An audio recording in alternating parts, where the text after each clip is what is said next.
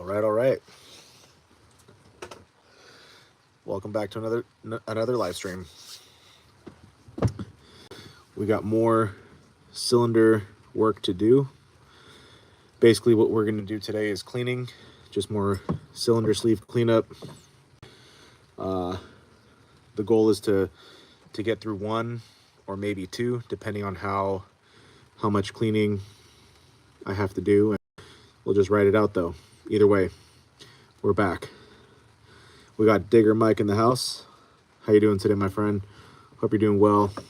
It's a beautiful rainy day here in California. And like I was just saying in our little intro here is we're back with some more cylinder work. And what we're going to be focusing on is just cylinder sleeve cleanup like we did yesterday. I have quite a few cylinders that I want to attack and see how we can clean them up. So the goal is to definitely get through one, possibly two, maybe three, depending on how much cleaning I have to do, and we'll just see though. We'll just write it out. But most importantly, we made it to another day, to see another day, live another day, and do another live stream.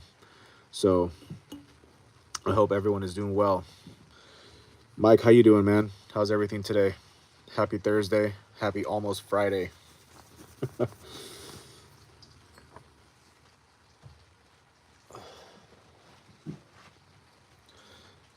Kind of had a late start to the shop day today, but that's okay. Like I said, point is that we made it to another day.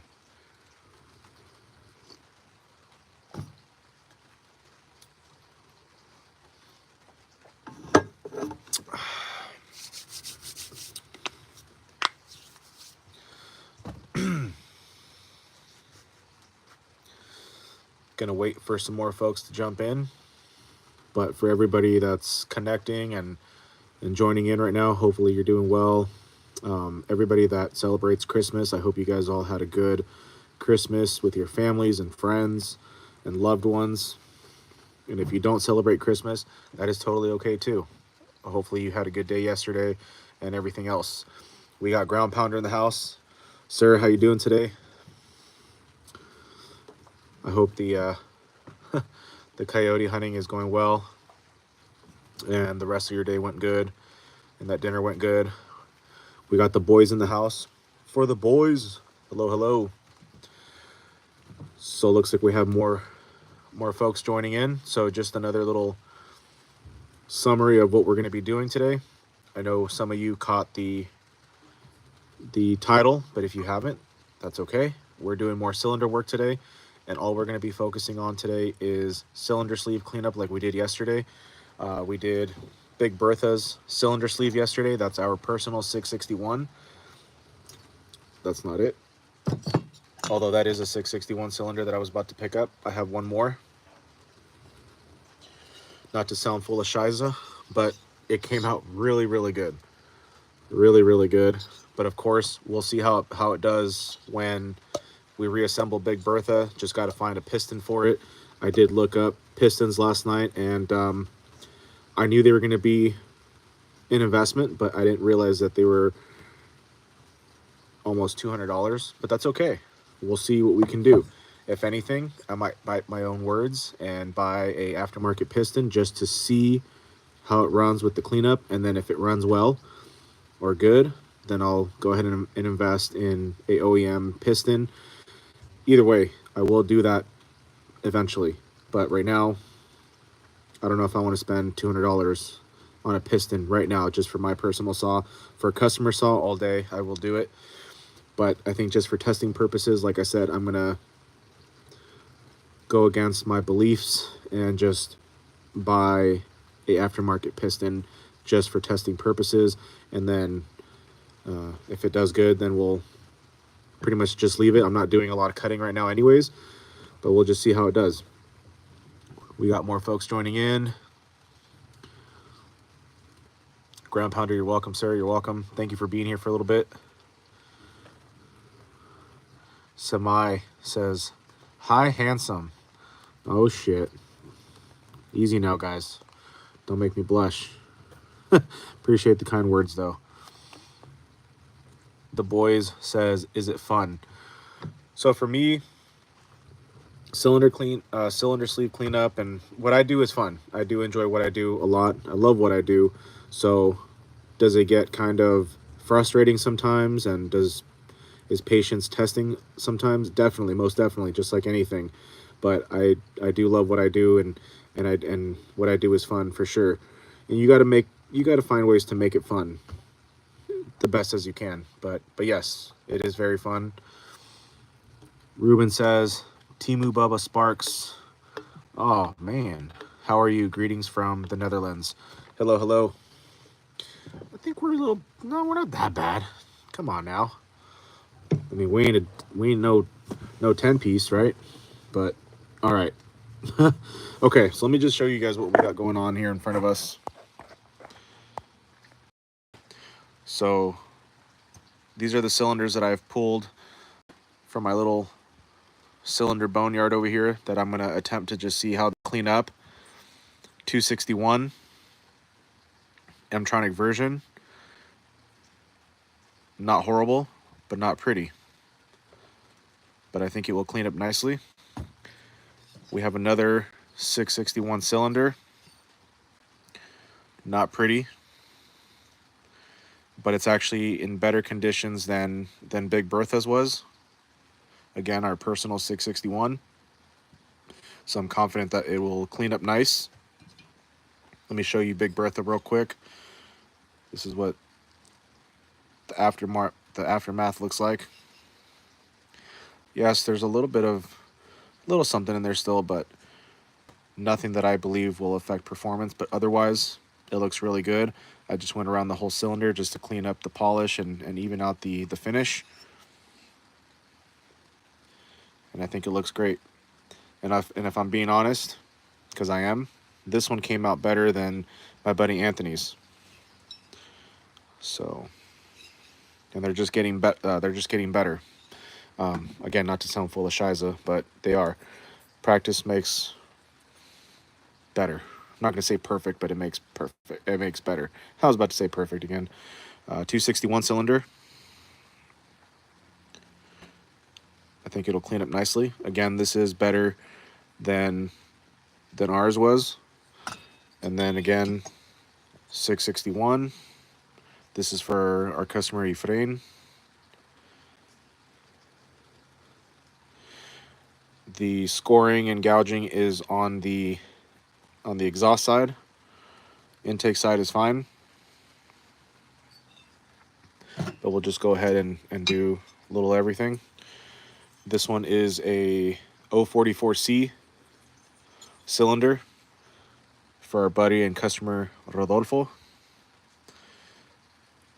He was already he had already approved to get a new top end, but being that we've been having some good success as far as cleaning the cylinder sleeves, I'm gonna just go ahead and clean up everything that I have here to the best of our ability and just see how they come out. And if for some reason I feel that they are still not, I mean, we'll test them to see, but I think we'll be able to do something here, save a little money, make a little money ourselves. You know, maybe we can put towards our little bit of labor, but it'll still be cheaper than having to buy top ends, piston and cylinder. So 044C. So scoring and gouging is on the exhaust side, and we have a little bit of piston transfer on between the air intake and that lower transfer there. And let me see.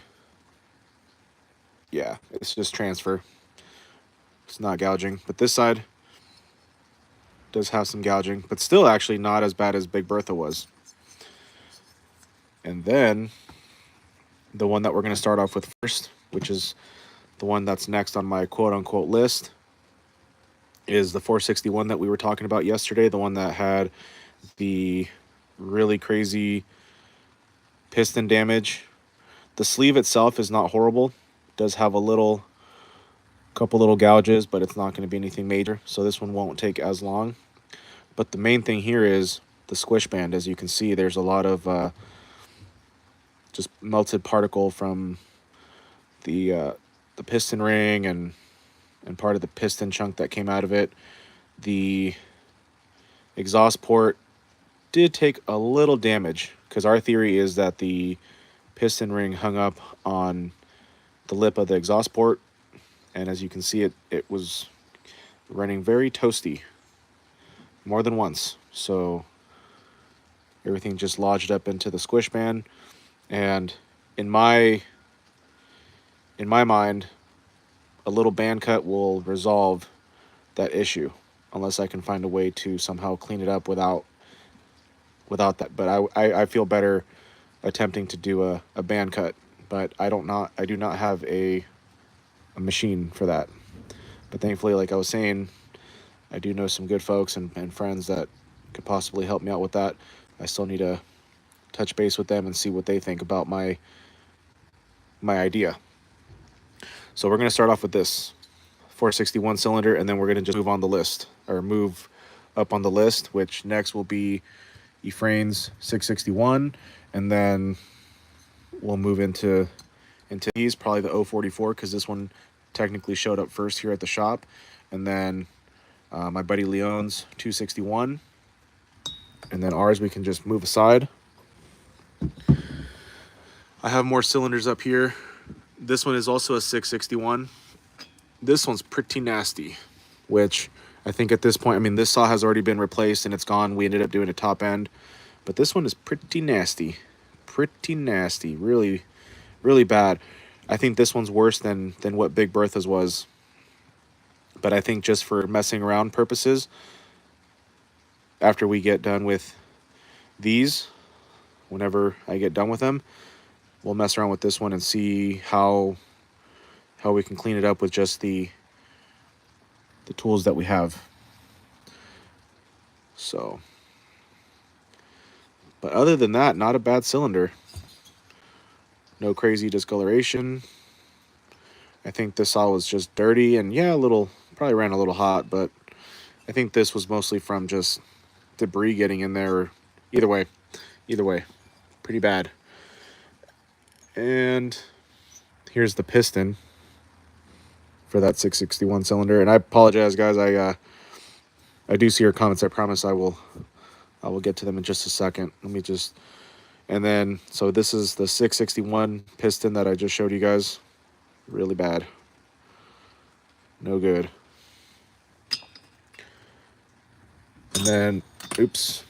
And then this is a 500i cylinder that was given to me by my buddy Gerardo over at one of the local power equipment shops here.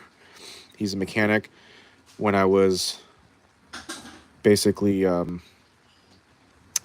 R&D'ing my buddy's 500i, which I also did a cylinder sleeve cleanup and a piston cleanup because it wasn't too bad. So he gave me this one just to try out. He's like, well, maybe this one will be in better condition than Anthony's. And it was, but I just kind of wanted to challenge myself and see what I can do with the other one. I did start to clean it up a little bit, but either way, nice cylinder once we're done with the cleaning. And so now we have a 500i cylinder as a backup, either for customer repair or once we have a little more quiche or time, we can look for a 500i skeleton. But either way, my plan for this one is to clean it up nice and then port it a little bit, and then yeah, go from there. Let me just get this other stuff. I won't worry about it too much right now. I don't want to distract myself and have you guys here painfully watching and waiting for the show to start. Okay, but this is what we got going on. Rotary tool. It's just a flex shaft grinder that I got off of Amazon. There is the specifications in case anybody is interested or would like to look into one.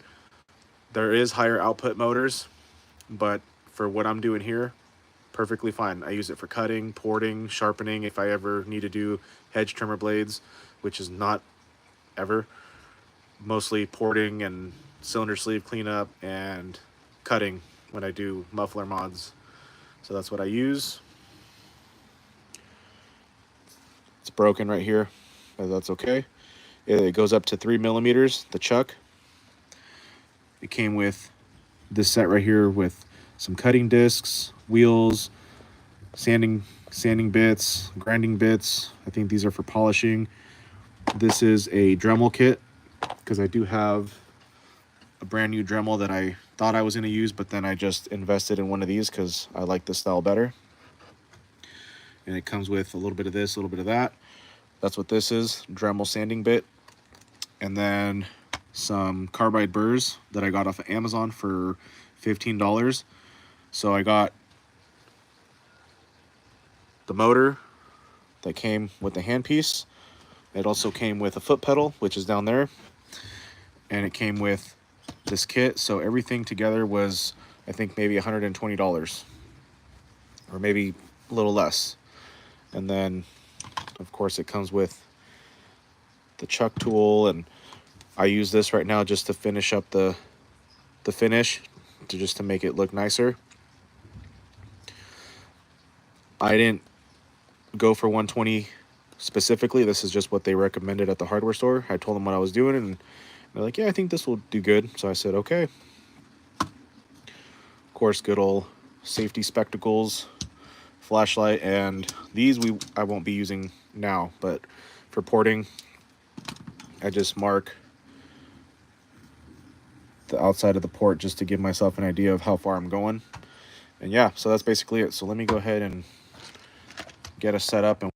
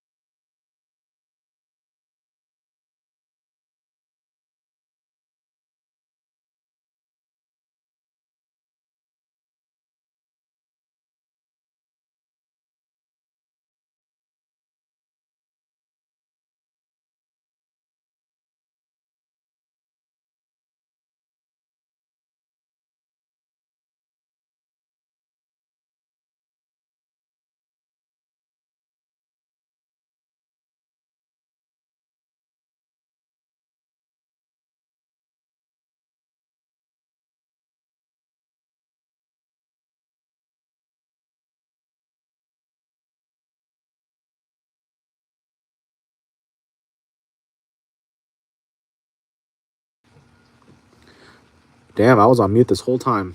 My bad, guys. And here, I was just reading through all the comments. My bad. And thank you, Rad Dad, for pointing that out. It's kind of weird how we got a good crowd in here. Nobody... Well, Digger Mike said. Okay, my bad, my bad. See, I'm missing all these comments. Oh, man. But I've had that happen where I don't know how it happens. Oh, you know how when I turn the camera around and the button's right underneath? Anyways. But sometimes people don't say nothing. And I could have sometimes... Yeah, it's kind of weird. But thank you guys for pointing that out. I appreciate it. Thank you, thank you.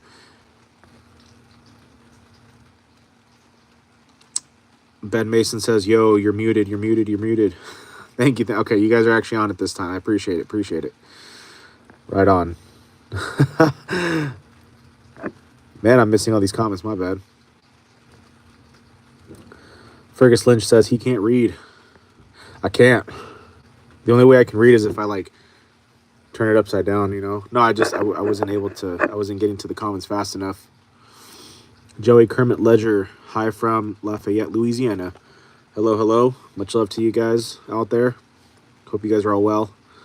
Sheesh. Okay, you guys are really on it. My bad. I'm just slacking on these comments. Robin, what dialect of Chinese? Not sure where that's coming from, but alrighty. Much love to you. Happy Thursday.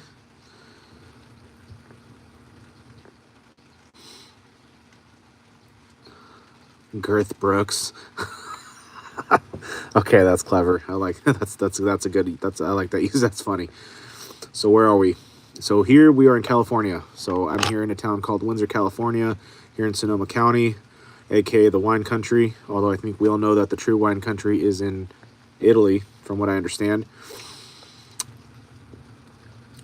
Rad Dead Moody says, smoking them big wax blunts. Oh man. Hash hole or what? Little rosin hash hole? Okay, we're moving on. I know what all that is, though. And Digger Mike asks, what makes a cylinder score only on the exhaust side? So like we were just saying, and I was probably muted, but so really what makes a cylinder score is either debris getting into the cylinder sleeve, poor fuel mixture, overheating to where, you know, the oil can't keep everything lubricated, and so the piston starts to make contact with the cylinder sleeve, and you know, it's kind of like a, it's not a mysterious thing, but it's just one of those things where it's hard to really tell what or how it happened. We just know that it happens, and it's not good. Rad Dad says some live stuff with some, okay, some sugary snacks. Let's get it. Okay, let's go ahead and let's get with it here. So maybe we can get at least through maybe 2 cylinders, because I don't really plan on being out here too late.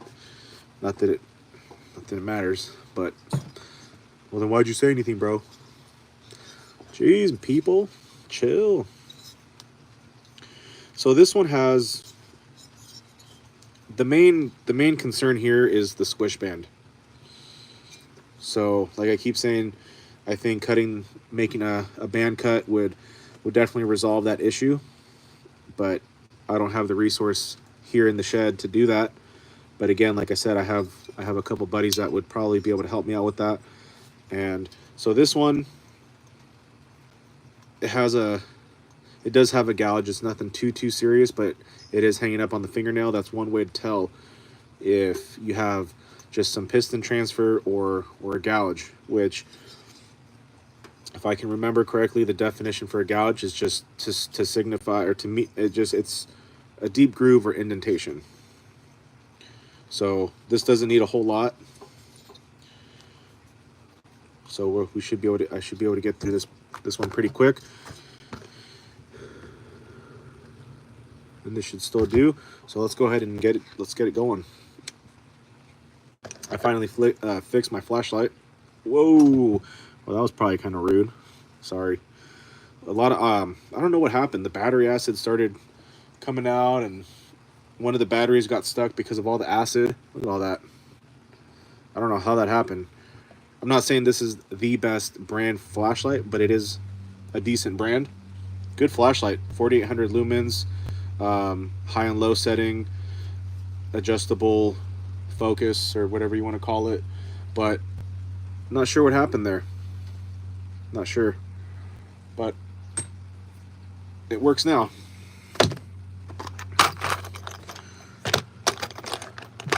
Okay.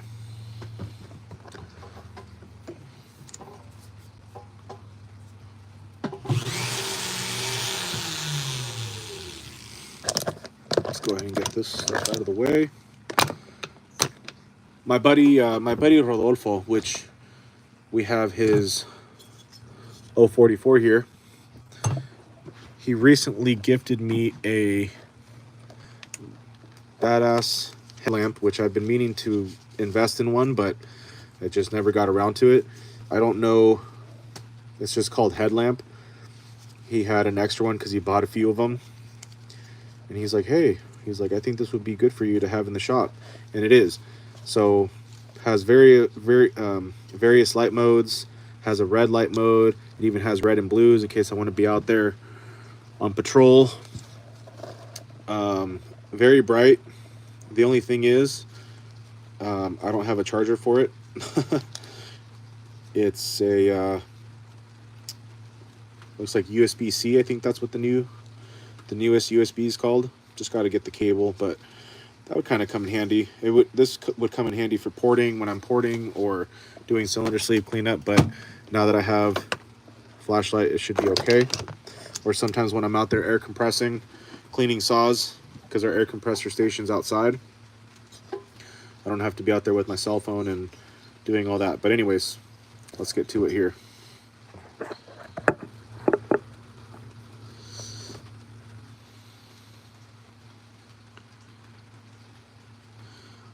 Digger Mike says, posted a couple shorts today. I just got a frontal lobe x-ray.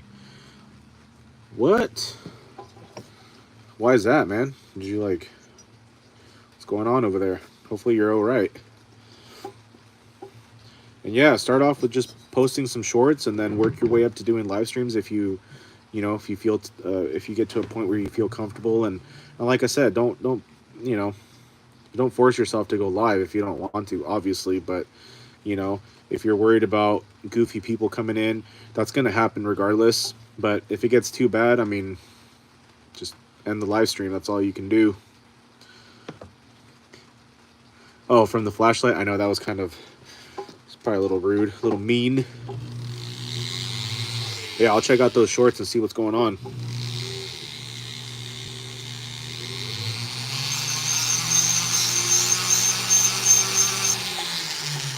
So just real quick. So when I do this, just like when I port, I let the tool do its work, its thing. I don't put any additional pressure until I feel like I need to. So I just put enough pressure on it just to keep it doing its thing, but you just got to feel it out. And I always do my best to keep the tool moving, not leaving it in one place for too long. You definitely don't want to do that for porting because cylinder metal is very soft, and when you're using the carbide burrs, they're very abrasive. They take off metal material very quickly. There's single cut burrs, double cut burrs, and so on. But either way, very abrasive. So I follow the same kind of little rule as I do for porting, just to make things look nicer too.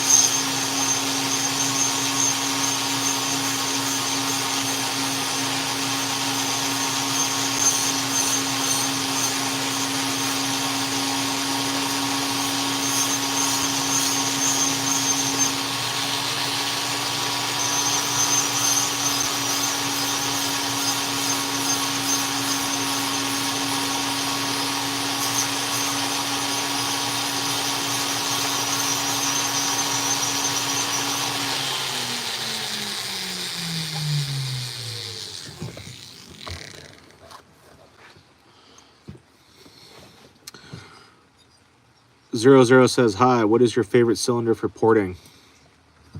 I'm a 500i fanatic, disgusting fanboy. So I like 500i's, but I like porting pretty much anything I can, really. It's just an enjoyable thing. Sometimes it can get a little tricky, but 500i's though, I like 500i's. That's my favorite saw. And we got the myth, the man, the legend. No, I'm just kidding. We got Aaron Lynch in the house.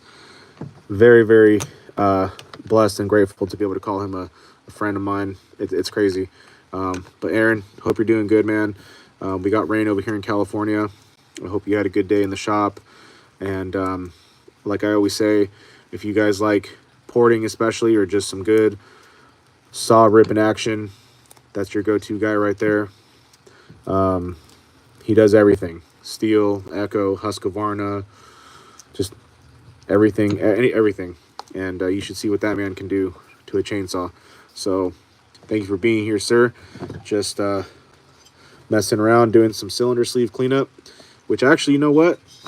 I'm glad that you're here, because I've been meaning to reach out to you.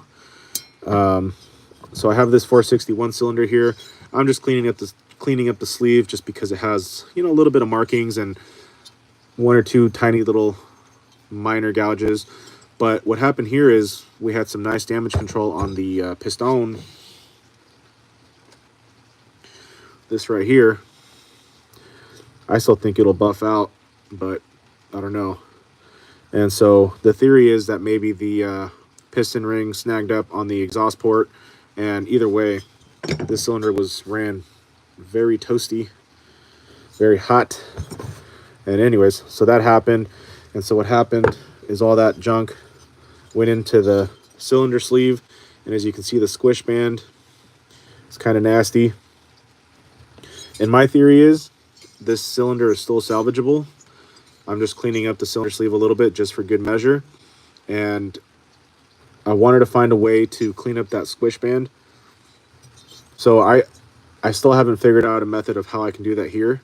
But the other solution that I think could be a possible fix is doing a nice little band cut. And so now that I have you here, that's what I was going to reach out to you and see what you thought about my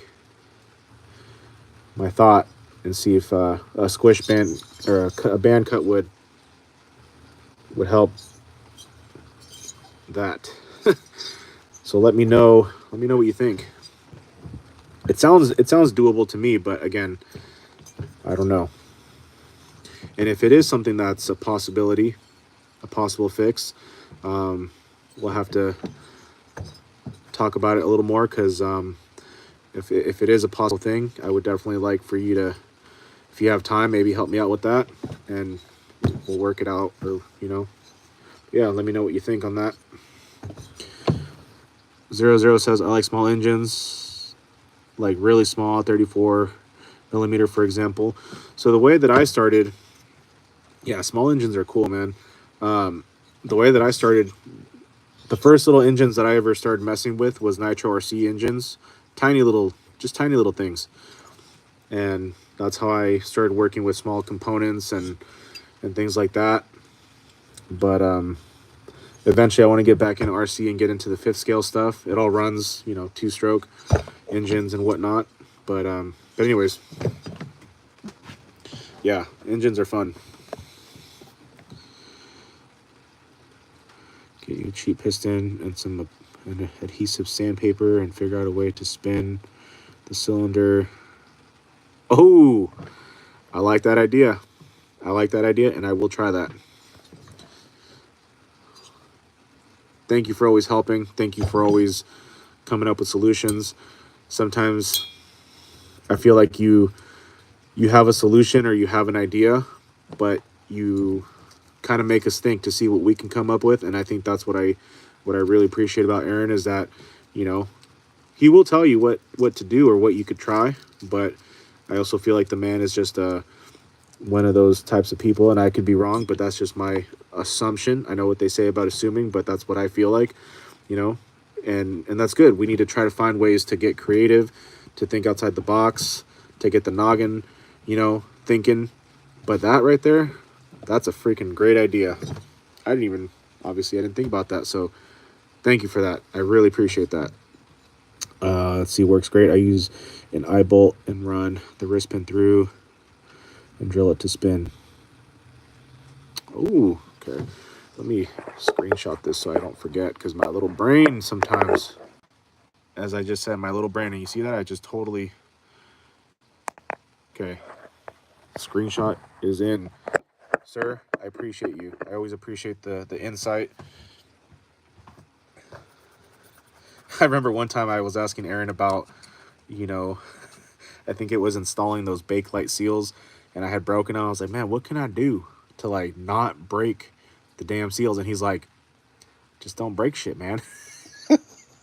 And it's true though. You know, you got to find ways to keep it creative. Use 80 grit. Okay, here we go. We're gonna try another screenshot. Let me see if I can actually pull this one off. Hey, look at that. All right, and guys, Aaron Lynch, ladies and gentlemen. If you have time and if you would like, I hate telling people you should, but check them out. Check them out, especially if you're a saw folk. Check them out.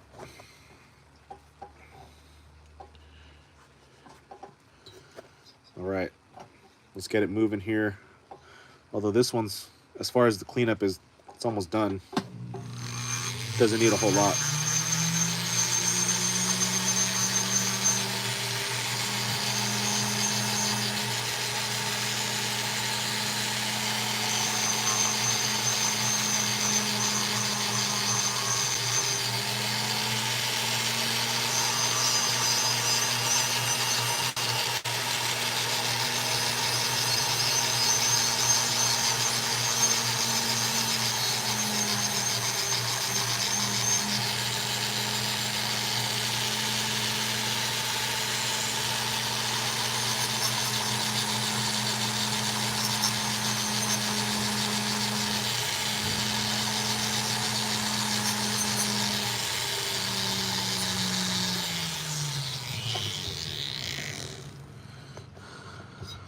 Hamid, welcome back.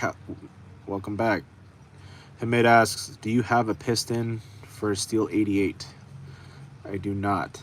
Actually, you know what? Well, I don't know if it's this an 088 or I have an 084 cylinder that I need to find. It was the first cylinder that I started practicing on how to attack cylinder sleeve cleanup, and I started porting it, but I still need to finish. But I think that's what you're asking. But I do have an 084 cylinder. Nice cylinder. I cleaned it up when I was still working at the shop, and I cleaned it in the parts washer, which that's one of the next things that I would like to invest in. A good parts washer, I think, is good, not necessary, but it'll come in handy. And Aaron, if you're still here, man, I still have my Echo 2511 here. That it's basically brand new. I bought it at the shop that I was working at, and it has maybe an hour of runtime. I literally just bought it, took it out of the box, set it up with that quarter pitch conversion, rip saw bar, blah blah blah, Egan straight pipe, and did a couple test cuts. But I took it apart because I want to port it. But I really like what you do with everything you do. But those 2511s, I think I would like to do it the right way, do some nice porting on it, and some machine work. So I'll send you a message later and see what's going on with that, and see if you'd like to port it for me, because I was going to do it myself. I was like, oh, I kind of want to do my own saw, but we'll have another chance to do. But I love what you do with those 2511s. I got the Egan pipe. We'll talk about it though. So I think I want to do that Echo kind of special. So Digger Mike says, when you buy a parts washer, get a big one. It will come in handy in the long run. I just want a regular, not one of those portable ones, but which is fine. I'll still take that as long as it's got the SW4 solution. But I like the big ones, like the one that we had at the shop. It was through Cintas. It's got a heating element. Very nice. I use that mainly just to clean up chains, because I always like to clean them up a little bit before I sharpen them for a couple different reasons. But yeah, the bigger ones, definitely nice. So anyhow, let's see what we got going on in here. As far as those gouges go, they're gone. Just gonna try to get up closer up to the squish band. And it kind of works out that I already am looking for a couple pistons, one for Big Bertha, our personal 661, and then depending on how Ephraim's 661 cylinder sleeve cleanup comes out, which it will come out, not to sound full of shiza, but it will come out good because it's not as bad as Big Bertha's was. We'll get a piston for that. We'll definitely get his an OEM one. For ours right now, for our 661, I think, like I said, I'm gonna eat my own words and just buy a good aftermarket piston just for testing purposes. And if it works, if it runs good, then once I'm really going to be out there doing cutting, then I'll invest in an OEM. Which, if we still got the man in the house, Aaron, one more question for you. Do you recommend? Do you have a preference for aftermarket pistons, or are they all pretty much kind of the same? I mean, I probably won't get one that's, I've seen some on there for like 15 bucks. Probably won't. I'll probably either go with like a Meteor or Highway. Really just something that'll hold up for testing and run if I do need to cut something down. Meteor good as OEM. Say less, my friend, say less. We're doing it. We're doing it. We're doing it. All right. Hamid. Yes, so this is the 461 cylinder that we've been talking about, and our buddy Aaron here has suggested a way to clean it up, and we're gonna try it, and we'll do it together here once we find a good. Maybe I will get one of those $15 pistons just for that. Need to go out and get some sandpaper, and we're gonna do it, man. We're gonna do it.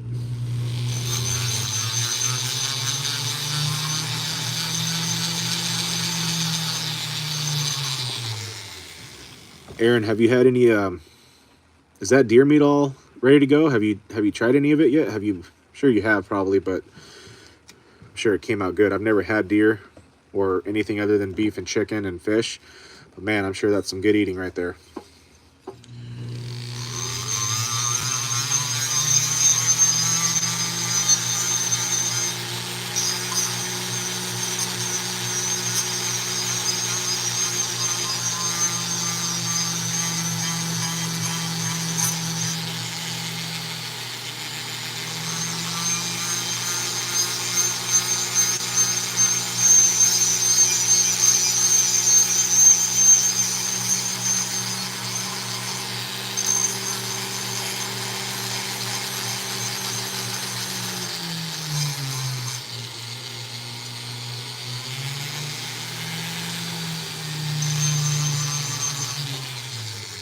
So I've already got the main parts of the little markings and stuff that I wanted to clean, but at this point I'm just going around the whole thing, just giving it a little pass over just to have a more even finish on it. But I do need to get up here on the squish band right above the exhaust port and a little bit above the transfers there. But either way, we're going to hit it all.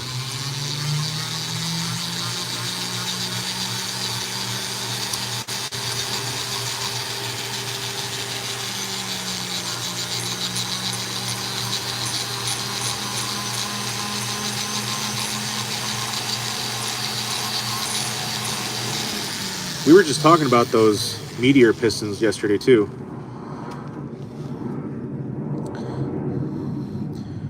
The man says, I ate the inner loins. Everything else is vacuum sealed as steaks or meat to grind to make sausage. Oh, man.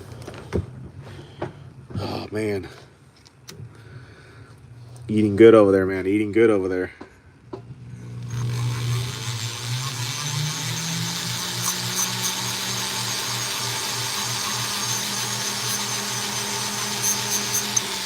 And did you get that on your property, or did you go out and hunt that?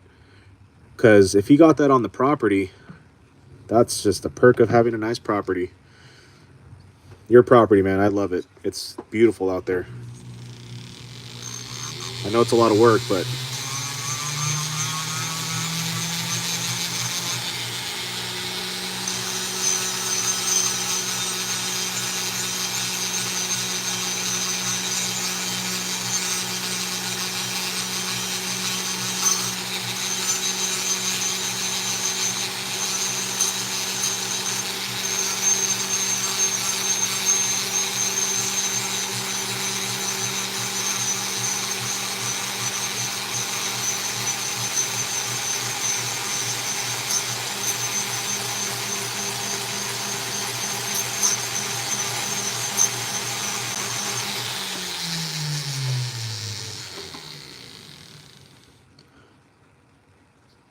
three.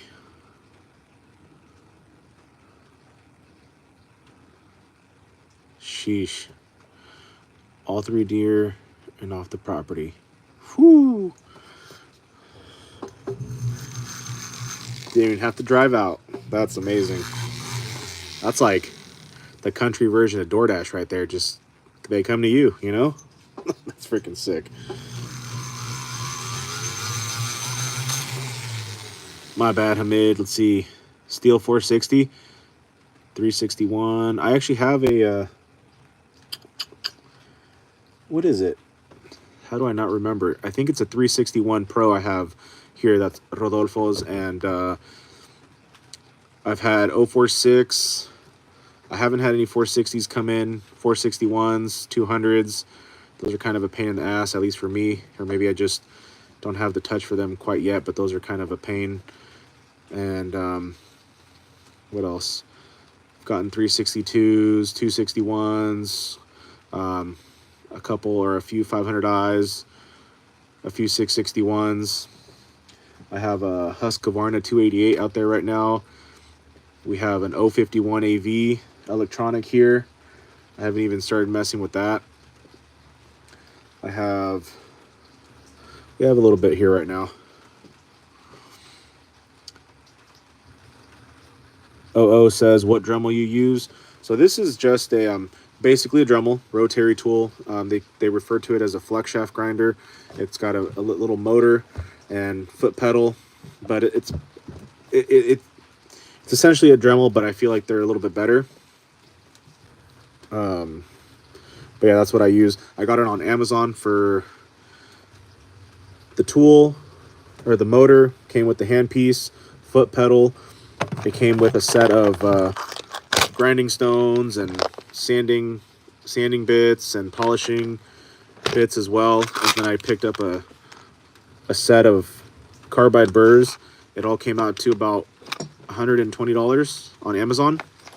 This is an actual Dremel set, because I do have a brand new Dremel that I thought I was going to use, but then I like this style. It's kind of like a Fordham style. One day when we grow up and we're like the big dogs, we'll have a Fordham. The only thing I would like is to find the size bearing that goes on the little clip here, so that way it doesn't detach, because it's not supposed to do that. And once I do that, the only other thing that I would like at this point is get one of those like 90-degree angle hand pieces, and that's about it. I'd be totally happy with that. I'm happy now, and it's been a very good investment. These tools, I mean, I use it for porting, for doing cylinder sleeve cleanups, for doing muffler modifications, sharpening, for hedge trimmer blades mainly, and for a lot of different things. Good investment in my case, at least.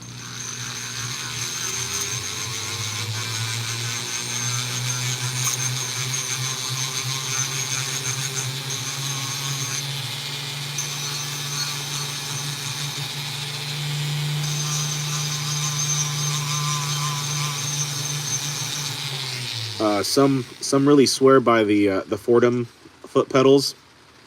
They do look really nice, the non-plastic ones. But I don't know, $90. I don't know. I mean, of course, if we had to afford them, then of course we would have to match, you know. But maybe once this one goes out, then we'll have to figure out a solution or a replacement.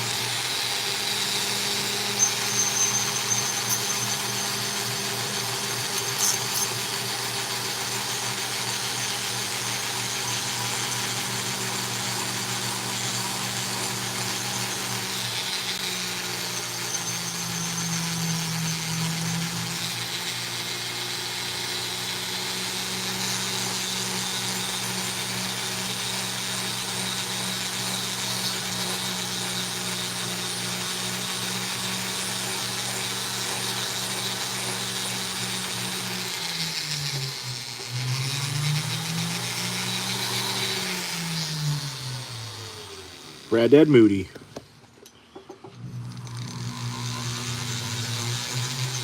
We had just because you mentioned him yesterday, Rad. We had, I'm sure you probably saw him come by for a second. We had Ground Pounder in the house for a little bit.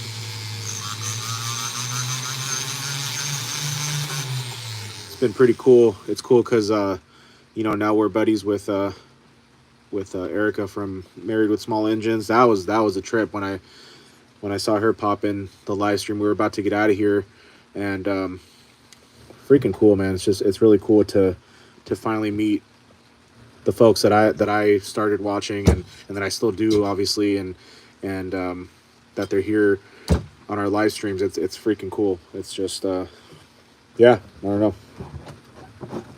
Freaking cool, man. Freaking cool, man.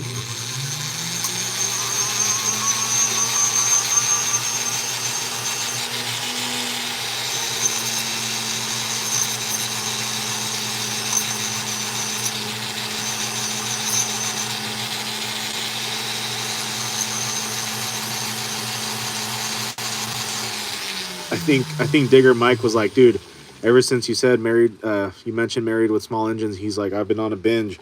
She makes very good videos, very, very good videos. Her shop is very nice too. I like it. Another person with a nice property as well. Just a lot of work, but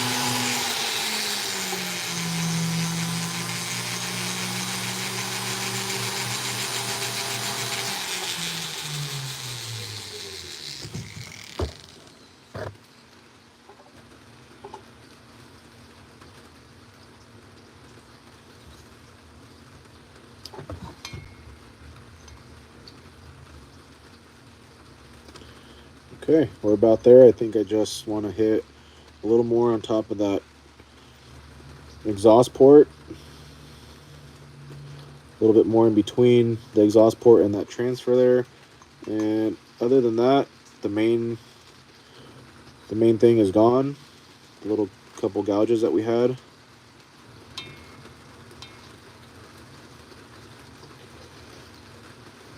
So yeah, I think that headlamp would actually come in handy right now, but it's not. It's dead.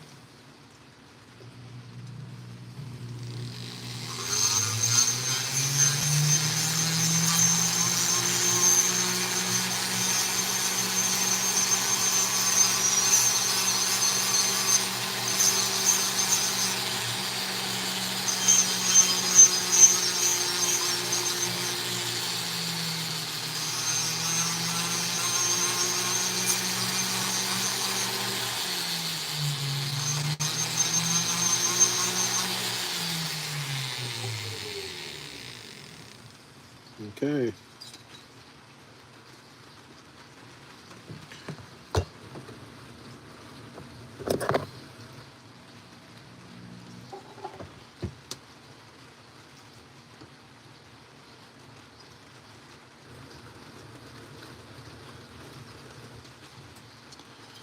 You need to hit that transfer just a little more on the top.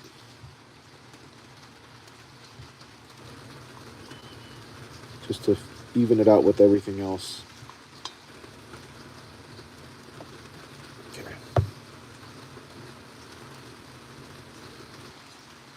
Okay.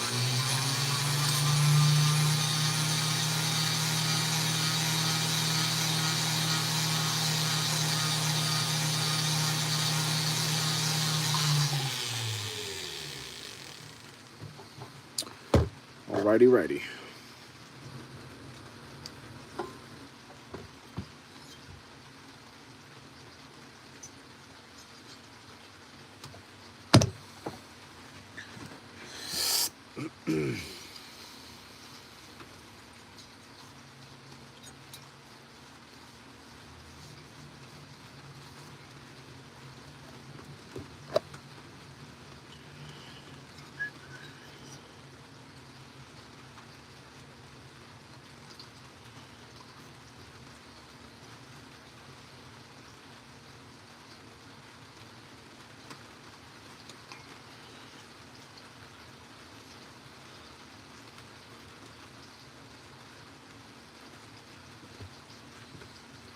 It's probably a horrible view, but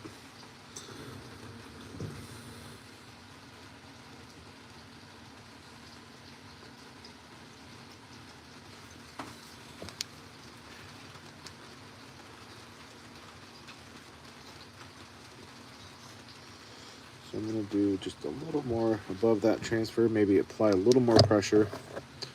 I know this bit is kind of, it's not almost done, but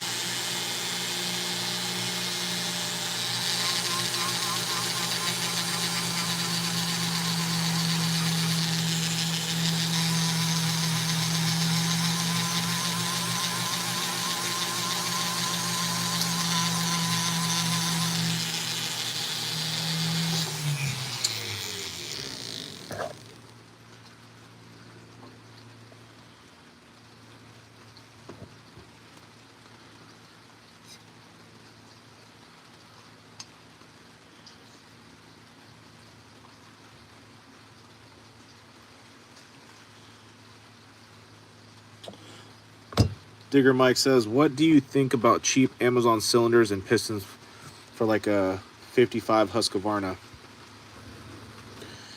I think, I mean, like I always say, my preference is to go OEM, but I do think that for just for R&D fun and testing and or or just to bring a saw back to life for, that's a little easier on the wallet,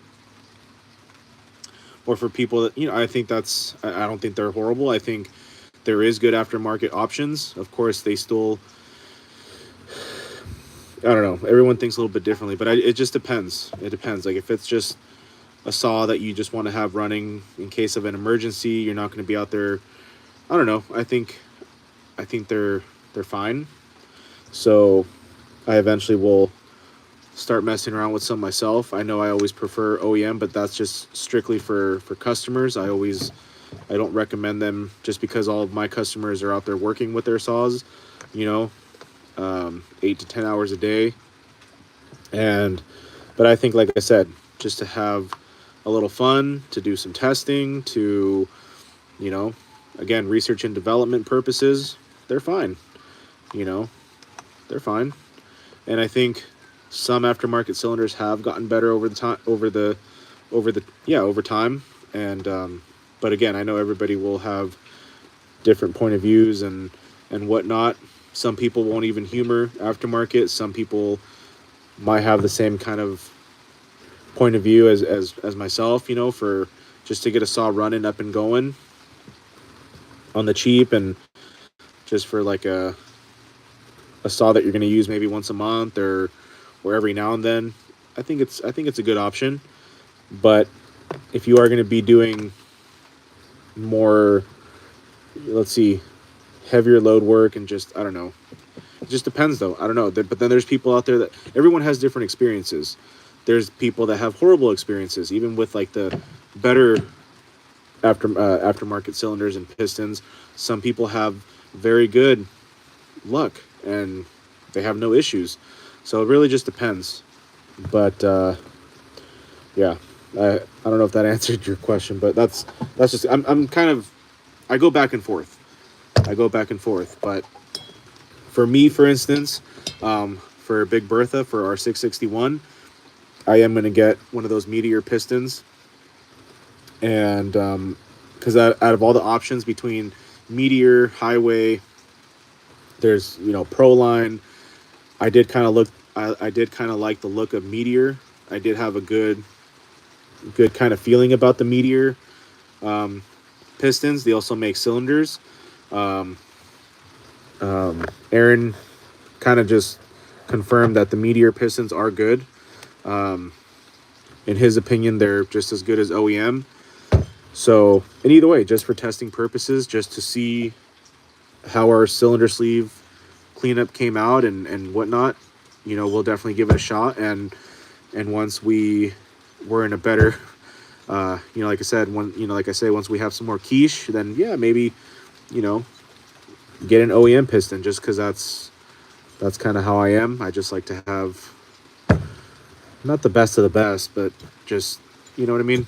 But for customers, I always recommend just running OEM, unless I have a customer that says, I don't care what it is. I don't need it to be OEM. I want it to be as cheap as possible, but still, fair, decent quality. Then I'll do it. as long as they understand the risk that it's not gonna, it could potentially not hold up as well. If they're okay with that risk and they're not gonna essentially come back after me and say, oh, what, you know, then that's fine. We'll put in a highway, we'll put in a meteor, whatever. If they want a $10 piston, then again, if they understand the risk, then that's fine. You know, I can't force someone to buy OEM all the time, but thankfully though, my buddies' customers, they do take my my recommendations, and I'm very grateful for that. So Mohammed Mateen Collage, hello my friend, much love to you. Okay,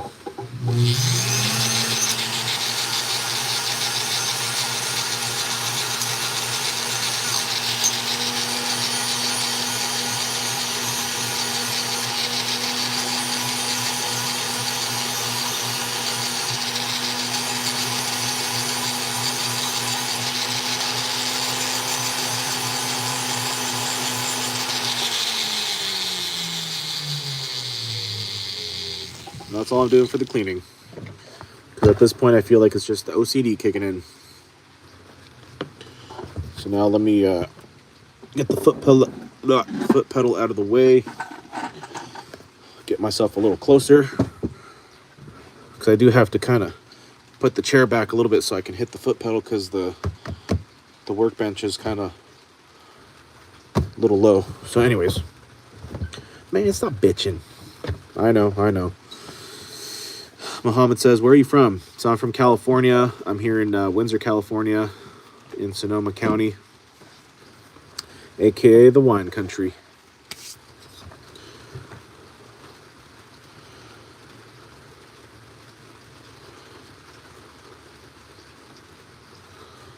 I know it's kind of hard. Let me see. Let me bring you guys in. This time I'll make sure not to mute the live stream.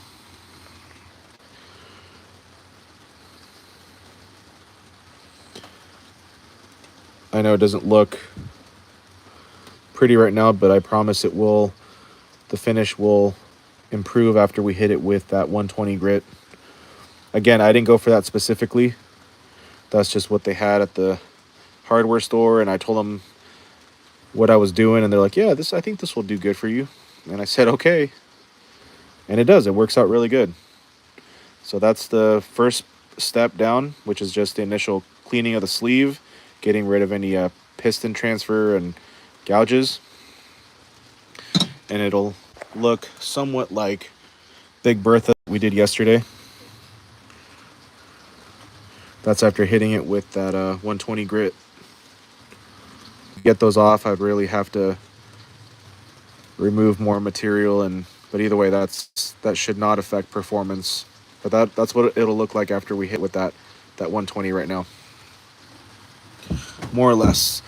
And we got El Mustafa Kazmi says, so much respect from New York, man. Appreciate you, man. Thank you so much. Much love to you and in New York. Beautiful place. Maybe one day we'll visit. And Mohammed, thank you, man. I appreciate you. Have a good day as well. Hope everything is well. Hope you've been having a good holiday season. I know we don't all celebrate holidays, but either way, I hope you've been doing well. OO says, is cylinder salvageable if some plating is scored to aluminum a little bit? So anytime I'm sending you a message from Iran. Much love from Iran. Right on. I love these live streams, man.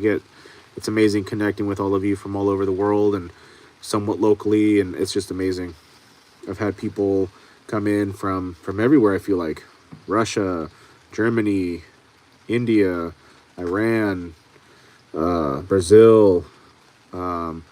We had some folks in here from Mexico, which is, I'm not from Mexico. I was born here, but I am Hispanic. My family originates from Jalisco. And Mohammed, man, I appreciate the kind words, man. All we can do is our best and do our best to treat people with kindness and respect. You know, I know most of us have a, you know, it's not given, it's earned, but we do got to give some respect and at least, you know, treat people right. So let's see. So OO was asking if a cylinder is salvageable if plating is scored to aluminum a little bit. So that's what's going on here. The aluminum plating or the chrome plating is scored, and you know, so in my mind there's two levels of scoring. So the first level, not as severe, I would say, because it's a lot easier to clean up. So that's like the first level of scoring. The second level of scoring is the more severe, and at that point it's gouges. You know, you're creating deep grooves or indentations into the cylinder sleeve. All the cylinders that we've been doing so far, they're past the first stage, the first stage. So gouges, and we've been lucky that we've been able to clean them up. This one wasn't bad. I had a couple little minor gouges, not too deep, but it was still hanging up on the fingernail. So if you have scoring going on, and if you want to figure out, you know, more or less what level of scoring you have, just go ahead and pass your fingernail over the markings, and if they're smooth, you don't hear any hang up like this. I don't know if you can hear it. Then that would be considered a gouge, and it just depends on how bad it is, and you can try cleaning it. For instance, like Rodolfo's 044, he already approved to get a brand new top end, so new cylinder, new piston. But yesterday I was doing Big Bertha's, our personal 661, pretty nasty, and it came out great. Again, we'll know for sure once I get a piston for it and we run it and see how it performs, but I think it'll do really well. So at that point, I'm just going to go ahead with all these cylinders and see how they clean up first and foremost without not going through the chrome plating, because anytime you go through the chrome plating and you get down to the actual cylinder metal, which is what, aluminum, then that's not good. That's not going to be salvageable, because that chrome plating is just going to continue to chip off. It's going to get into your cylinder, and it's just not good. You don't want to penetrate through the chrome plating. So obviously we're sanding, we are removing, you know, material from the top, but it's not anything as abrasive as porting with a carbide burr, and you're really digging it. So either way, got to be mindful, got to be careful. But that's why we test everything and make sure. So yeah, if you've gone through the chrome plating, it's, you know, not to sound all negative, but it's pretty much over at that point. But if you have some light gouges, or just simple markings where they don't hang up on the nail, then yeah, you can clean them up either with a sheet of sandpaper. I just use the rotary or the Dremel, whatever you have. Same thing pretty much. And I don't even know what grit this is. It is on the coarse side, but it works just fine as long as you're not going through the chrome plating and all that good stuff. So definitely salvageable as long as you have not started chipping the actual chrome plating. My understanding, the good plating is Nicosil, and then there's also, I don't know, titanium plating, I think. And I apologize if I'm wrong, but the good plating is the Nicosil, which is all the OEM stuff. And but yeah, either way, you can still mess around though and see what luck you get. Same thing with pistons. If it's not super bad, you can clean up pistons as well. I've done it. I've only done it a couple times for my buddy's 500i. Put new piston rings on it, and it's been about at least 3 months now. Still holding up great, running strong. And but again, just like we were saying earlier, everybody kind of has different experiences, different luck. So now to clean up the finish, this is a brand called Master Plumber. It's to like clean up the copper piping, tubing, and all that. It's 120 grit, It's called abrasive sandcloth, but it's just sandpaper. And you could probably use something a little different, but this has been working well. Nice little roll of it.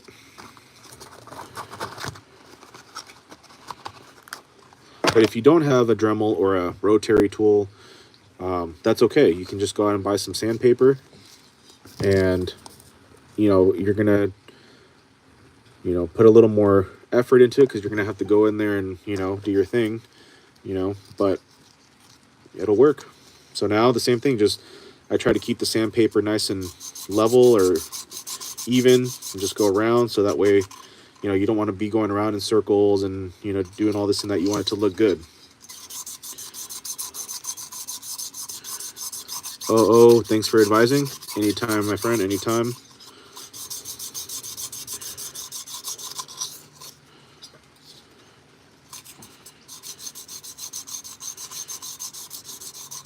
The only time I can't advise anything is if I don't have any personal experience with it, because I'm not going to try to, give bad advice, because sometimes people really do take your word for things, and even the things that I think I know, we all got to take it with a grain of salt, but just, but I can always try to help no matter what.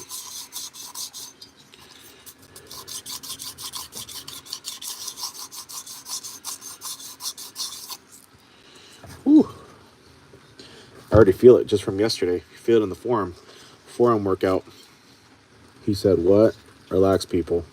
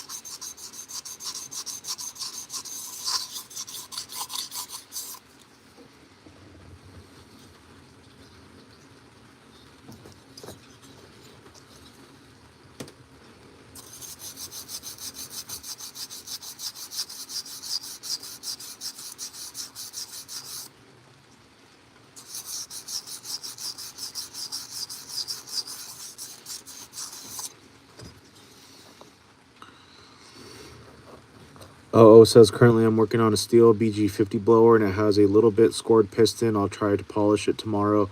I have a Dremel and polishing paste. Yeah, that'll work. Oh, I actually missed Digger Mike's comment there. My bad. He was also, Mike was talking about a compound. Don't tell me. Hold on a second. Valve clearing compound. Is that what it's called?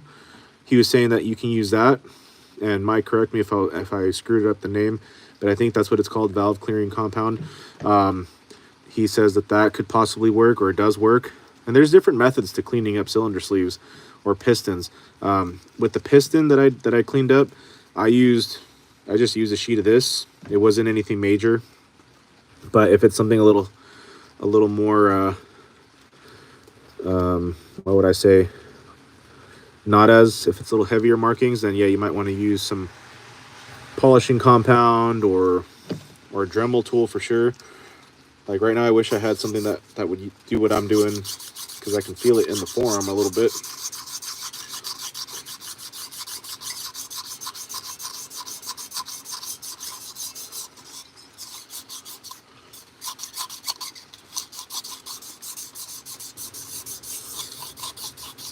There is actually a bit, I think, that you can put on a rotary, and you kind of just fold the sandpaper on there, and then you spin it, and it's what people use to polish ports. I forget what kind of bit that's called, or tip. I forget. But it would work very well. Might have to look into one of those. Plus, I don't do this all the time, but since I had some good luck with Big Berthas, I'm like, you know what, let's just keep it going. And either way, it's something to do right now. Repairs are caught up as far as inspections are done. We're just waiting for parts and have to wait for customers to approve part orders. And but it's the holidays, so things kind of slow down for a lot of things.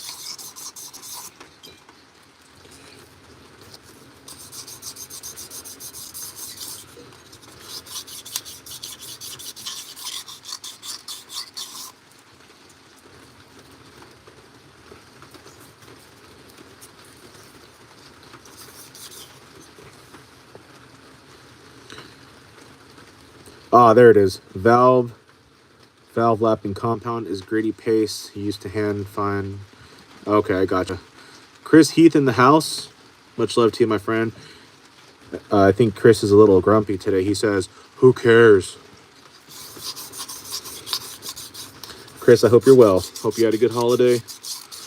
And thanks for being here. Thanks for the positivity. It's all right. I know. I understand people have bad days. I know I do.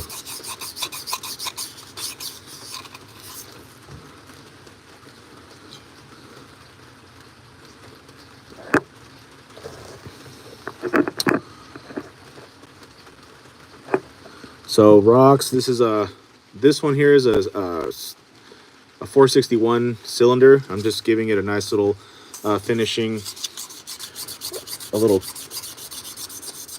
cleaning up the finish. Just hit it with the rotary tool, cleaning up the cylinder. The man Brian says, more positivity. Hope you're doing well, Brian. Brian says, that's not going to work, sanding it like that. Okay. Brian, how would you do it, my friend? How would you recommend doing this? And not to sound like a know-it-all, but it does work. Or else I wouldn't be doing it. Just saying.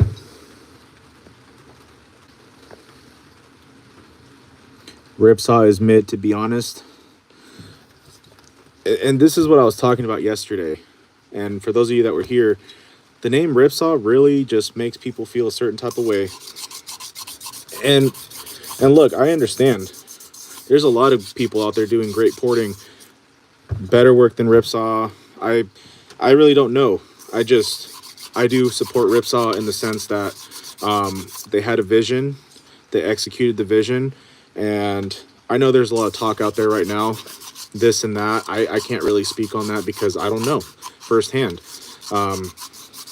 I've ordered, well, the shirt, I have a hat, the hoodie, a couple sticker sheets, and their quarter pitch conversion, which the only thing's like kind of special or different from that is their own bar that they claim, the Bucking Dogs that we were talking about yesterday, that I personally still prefer the West Coast saw dogs. The bar, it's okay if you want it just for looks. I'd still rather go with the new Panther Sumura bars. Those are beautiful bars. I just put one on a customer's 2511.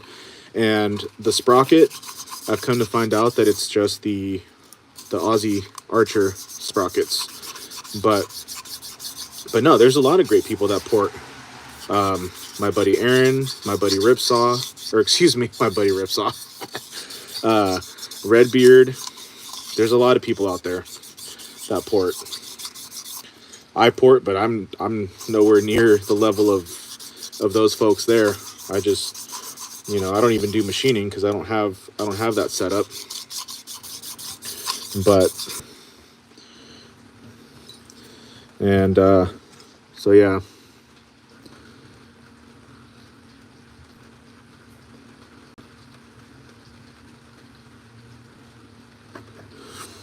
Yeah, and like I said, and yeah, to each their own. But again, I know there's talk out there. Everyone has different experiences. I don't know though. I've never ordered a saw from Ripsaw. I would still like to have a saw ported by Ripsaw, whether it's I don't know. just to have one and see what they can do. But but my buddy Aaron, though, he can do some numbers with those saws, man. You know, that man is that dude. I know he always says I'm just the dude, but he can do some good. He does amazing work, in my opinion. To me, my opinion, even though he says he's just a dude, and yeah, we're all just humans, but to me, he's the man. Same thing with the Ripsaw, but Aaron, or excuse me, with Red Beer. I don't know why I keep saying Ripsaw. I'm brainwashed.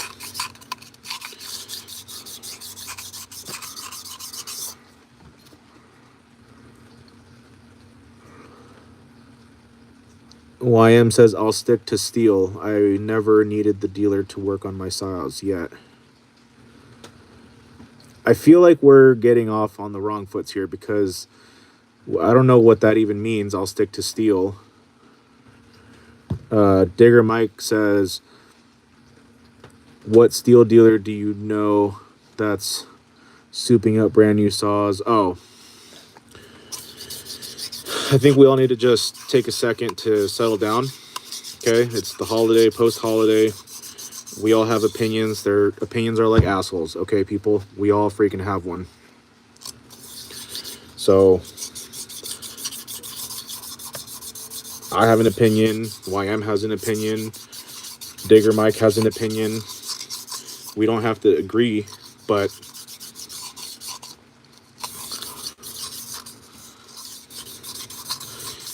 and Mike, is Ripsaw an actual dealer? Like, do you think they actually have a dealer contract? I mean, all they have is brand new saws, but I always thought maybe they just bought them on their own and then souped them up. But that is actually pretty cool if they are an actual, like, authorized, quote unquote, authorized dealer and they get saws. Because, yeah, I mean, if they are, that gives me hope that one day, if I make it to that point and I do decide to become a dealer so I can get some parts, and I don't need part diagrams, but you know, some parts would be nice. Like I've said, I already have the application to apply. I just I'm not even gonna bother with that right now because I have to work on a few things before I could even apply. And because right now, if I were to apply and Steel were to review my application, they'd be like, I mean, they see the work that I do. They you know, they got love for me on Instagram. I'm not saying they're chatting with me every day or whatever, but you know, they see us out there doing the porting, doing cleanings, doing everything that we do.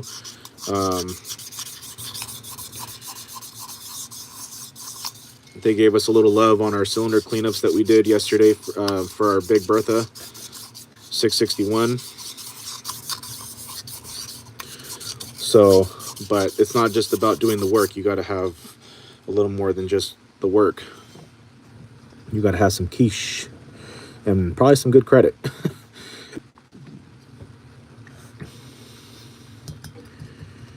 YM says, I don't run anything fancy, though, just aftermarket dogs. Right on, man. Right on, right on. I think so, but don't hold me to that. I don't know how that works with Steel's warranty stuff, with them porting them. Maybe they just get... Maybe they... I don't know. Yeah, I'm curious. I'm curious. But if they are, that gives me hope. Maybe they still... Maybe you can still be a dealer, but when it comes down to warranty, then obviously everything that you do that's modifying or... Well, it depends on what it is, but... You know, it probably would go definitely against the warranty.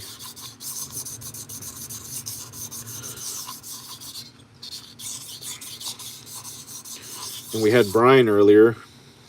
Never seen him before. And he had an opinion about my method here, but yet he didn't want to share his. But sometimes people just, you know, they just want to throw you off a little bit. And I don't know. It's the goofies, I tell you. But usually they're pretty all right. They're not too harsh. The only people that have come on and have been pretty pretty silly, or I'm pretty sure it's people that I know personally. And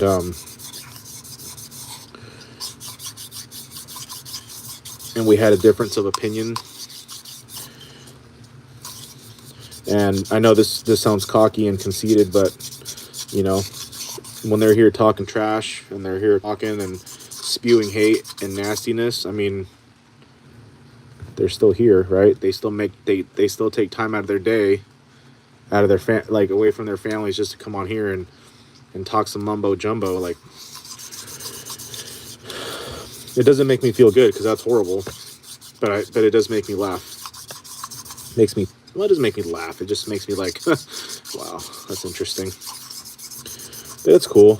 It's social media, though. You know, we can't take it serious. And so, like Mike, like how you were saying, you know, you've been wanting to try to do some live streams, and but you've been kind of discouraged. And well, don't be discouraged, but just know that we're on social media, and social media can be a pretty interesting place. But it happens. It's not a big deal.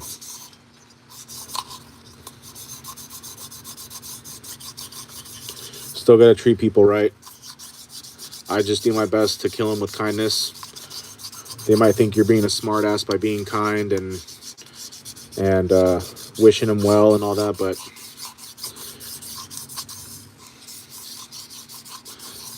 why wish hate? You know, why wish bad things? Because that's not going to do anything for us, other than, you know, I'm a believer in karma. You know, you put in what you get, or you get what you put in, and it's like my grandparents tell me. My grandma especially, she's like, you know, you do good things may happen. You do bad, you may have a hard time. Because you're just, yeah. So we just got to keep it going.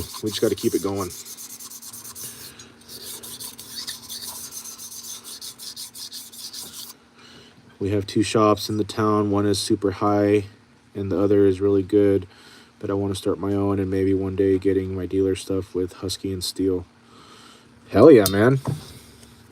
And you can do it. I mean, just like what we're doing here. You know, it was all just kind of like pipe dreams almost, you know, like a pipe dream, like, oh, it would be kind of cool. But if you really have that fire in the heart and you love it, you know, and you're consistent, most importantly, because in my opinion,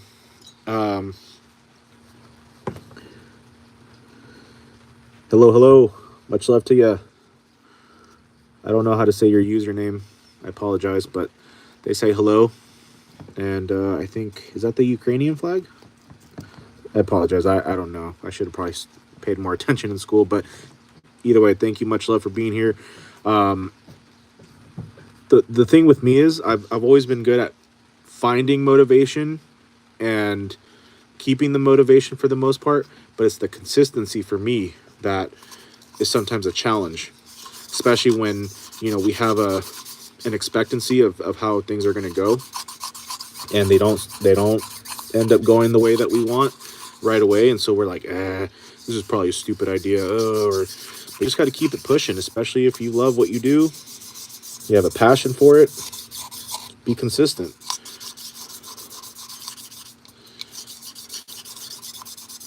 Because we all wouldn't be here right now if I would have gotten discouraged early on, you know, and didn't persevere, you know, through the not so. If I just didn't persevere with my passion, and that'll kind of that'll let you know. That's one way to quickly find out is if you like something or not. If you like it enough, if you love it, if you just keep going, whether you have 1 viewer, no viewers, 1,000 viewers.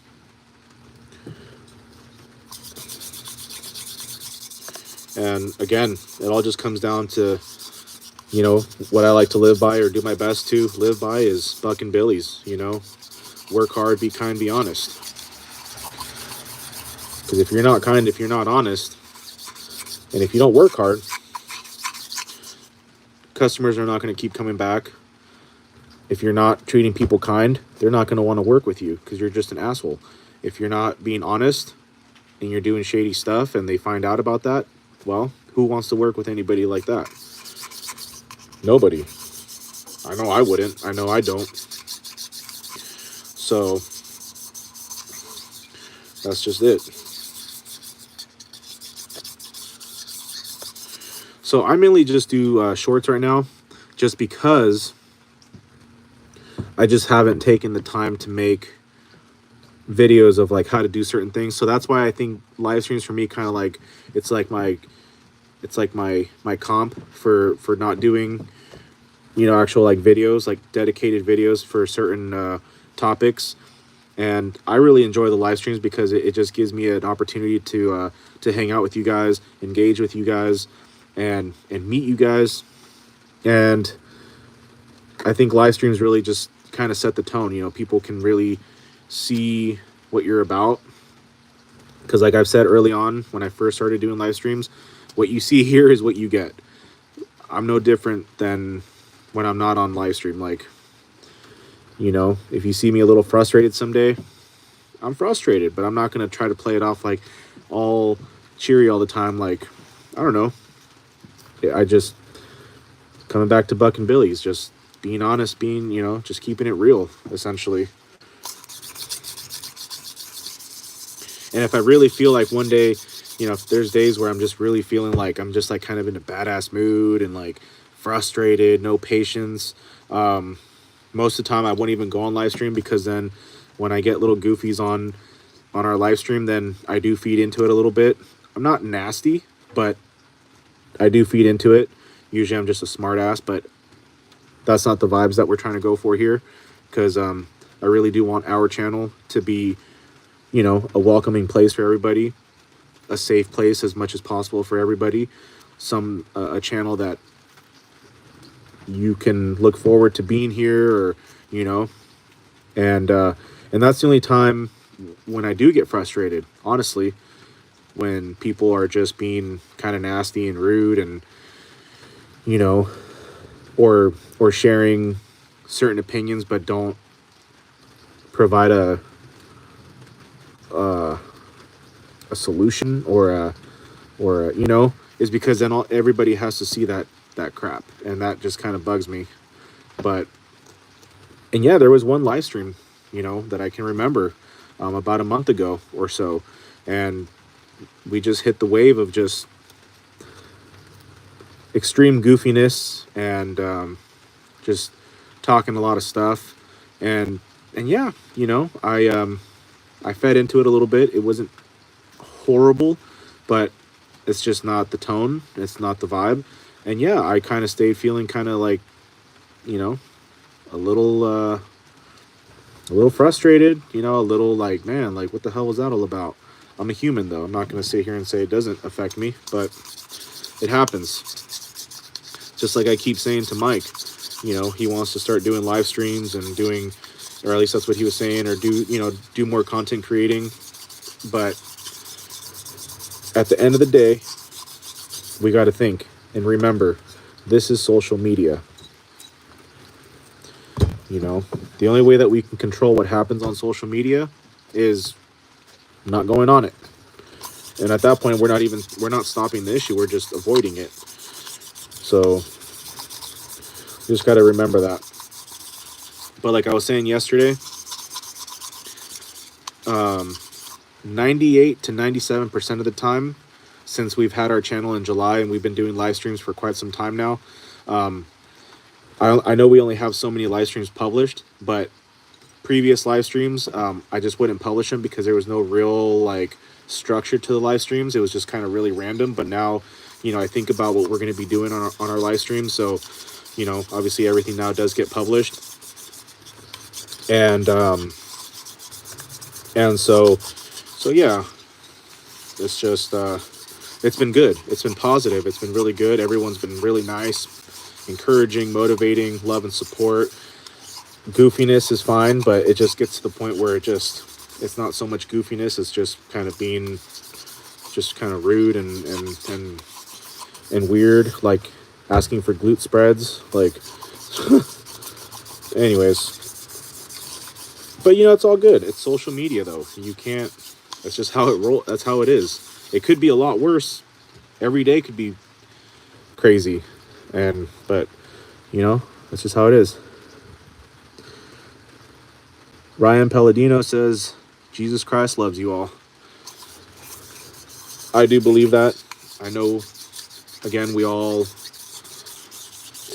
have different religious views, and some aren't religious, and that's totally fine. But I do believe that. So.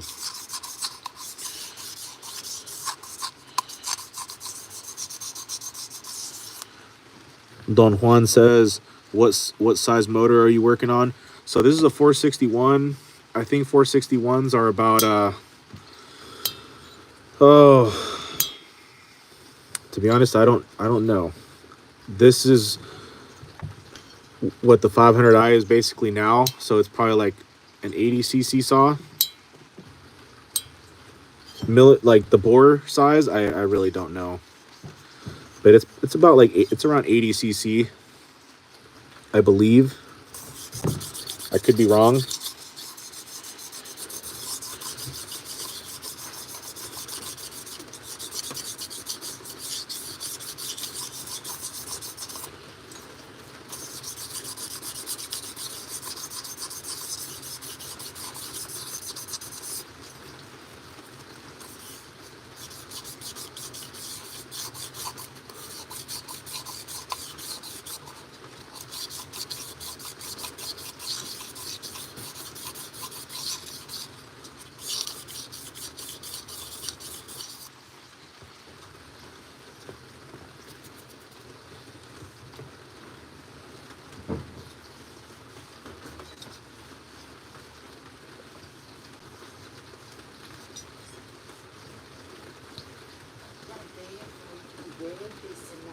No tengo hambre, no tengo hambre. Hold on a second, guys. 1 second here.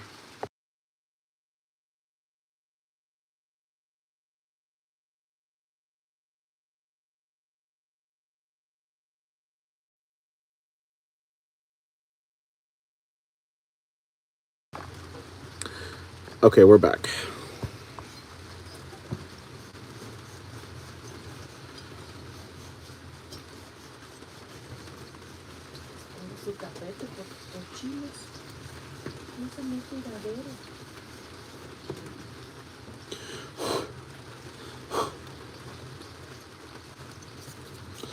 All right.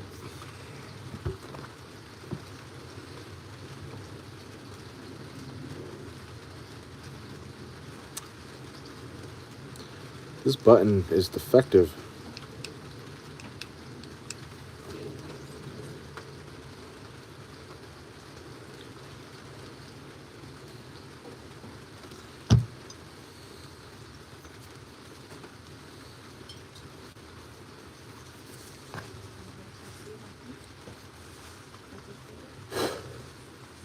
No hay nada.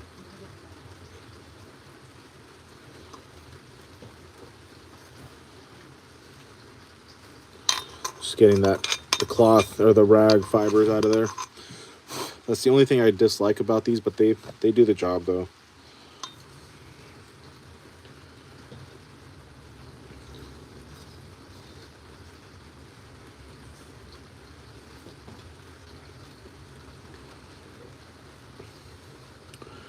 So everything looks even, except there's a couple spots still that I think I want to hit a little more. Just apply a little more pressure with the rotary up towards the squish band.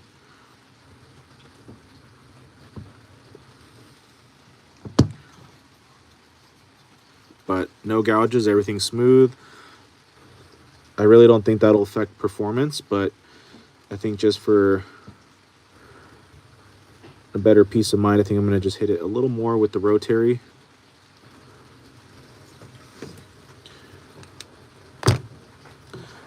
But this is what we're looking like.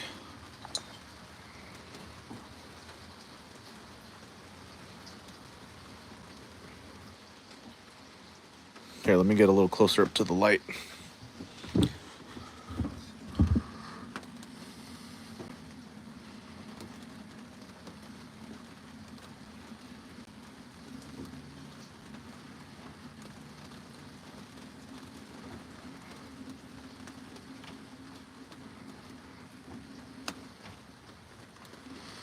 Just got to work on that squish band from the piston ring and the chunk of piston that broke off. But my buddy, the man, Aaron Lynch, gave me a solution on how to hit that. So we'll be trying that method. But where I want to hit it just a little more, I probably won't be able to get it. Let me see on camera. Let me see if I can find that spot again. Oh yeah, that little spot right up there. I really don't think that'll affect performance, but just for my little OCD brain, I'm gonna just hit it a little more with the rotary, apply a little more pressure, and a little more back there. But other than that, this will definitely do. You can't always get it all unless you're going to do a straight, an actual honing job, but that's a little bit more. I've never done an actual honing job before, just doing this cylinder sleeve cleanup the way that I do it. So yeah, I'm going to hit that a little bit more and see what we can do with a little more pressure. So, and then I got to get some supplies to hit that squish band. But other than that, I think this piston cylinder will be salvageable. Mike says, looks factory from my house. Thanks, man. I appreciate that. Okay. Let's go ahead and get the rotary going. I wish I had that headlamp. I wish it was working. Just need to get a charger for that. I think the bit should still be able to do it. Let's see.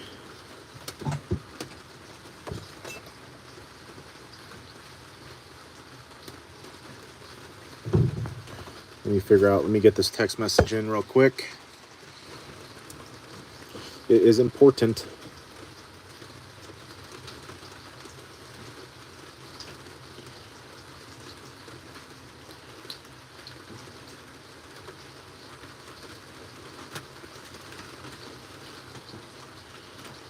Oh.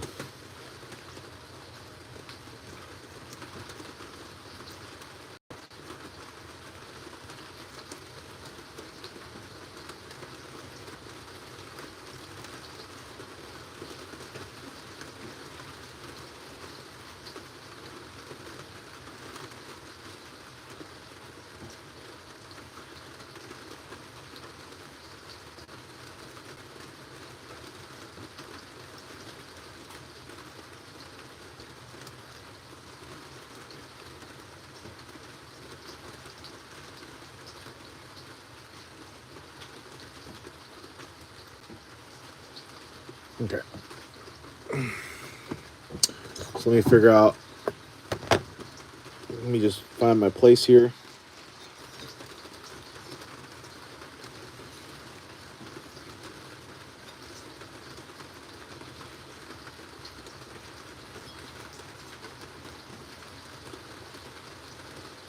Okay, so right there.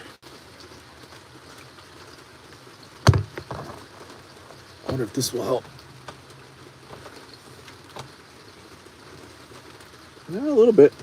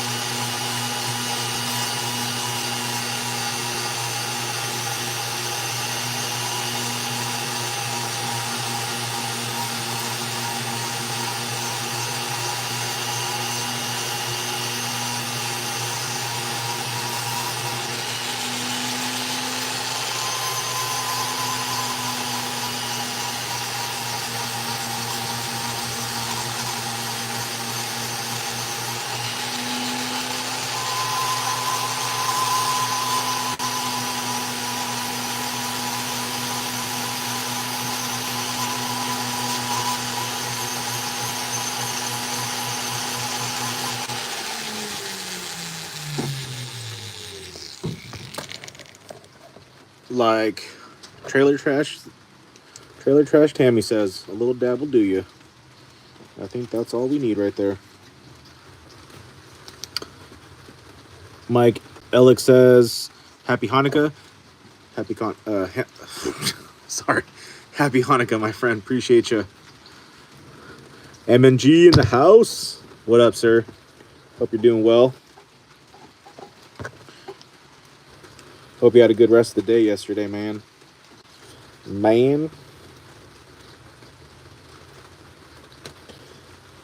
I was doing the last finishing, like, hit of the cylinder sleeve, you know, just to clean up the polish a little bit, or the finish. But I noticed a spot that needed just a little more, so I hit it with a little more pressure, and I think we've gotten it. Yes, it's raining right now. It's actually really peaceful, and I had to turn on that light just to get a little more view of what I'm doing in here.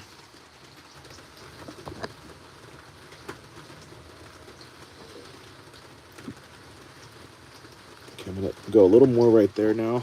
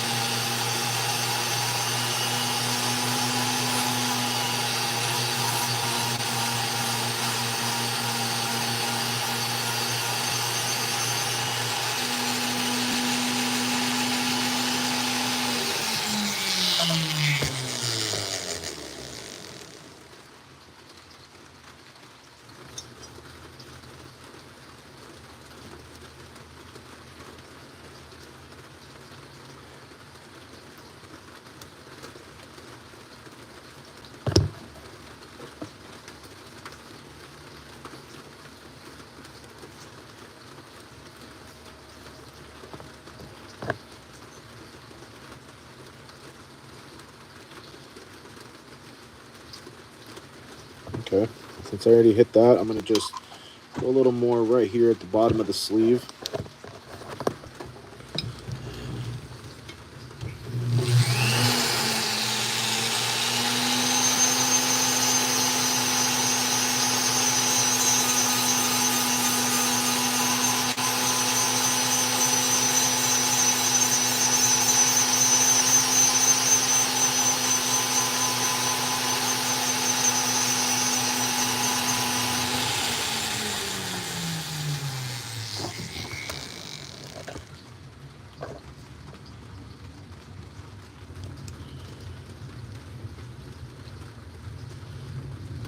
Okay.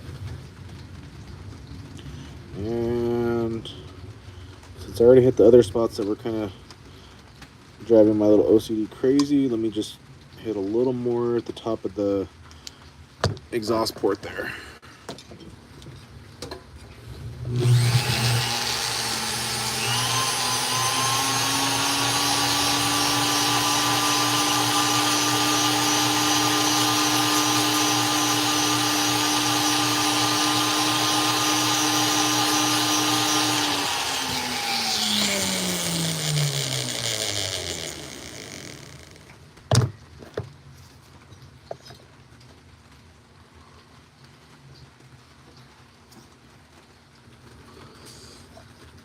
Daryl Green says, might want to use a 3-stone cylinder hone with drill. I've thought about that, but I've never actually done like a actual honing job before, and I don't know. This works pretty well. I did our my personal 661 yesterday that had some pretty good gouging. I don't even know what grit sandpaper that is, but it'll probably be a little bit quicker with the drill, possibly.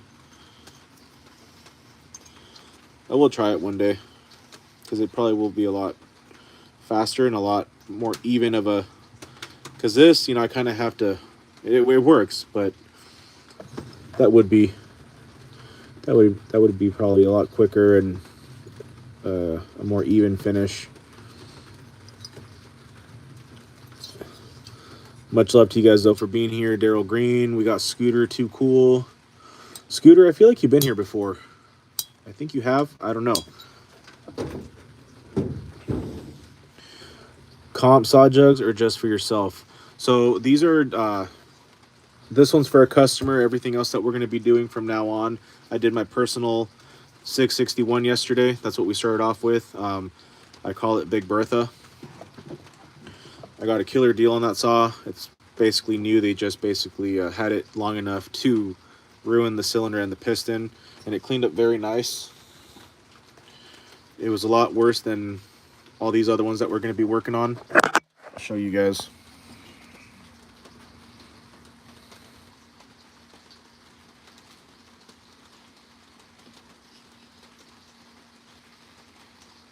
Still has a little something, but shouldn't affect performance. But the main, I mean, it was a lot worse.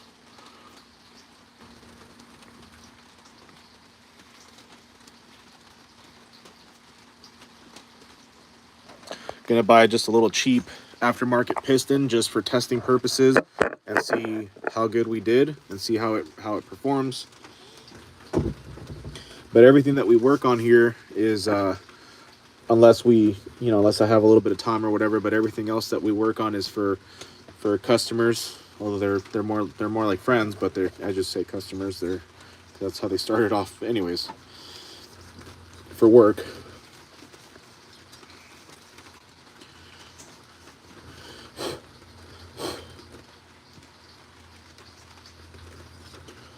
Okay, I'm good with that.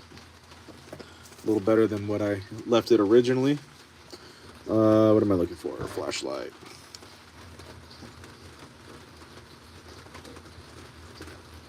Yeah. Cool. Too cool.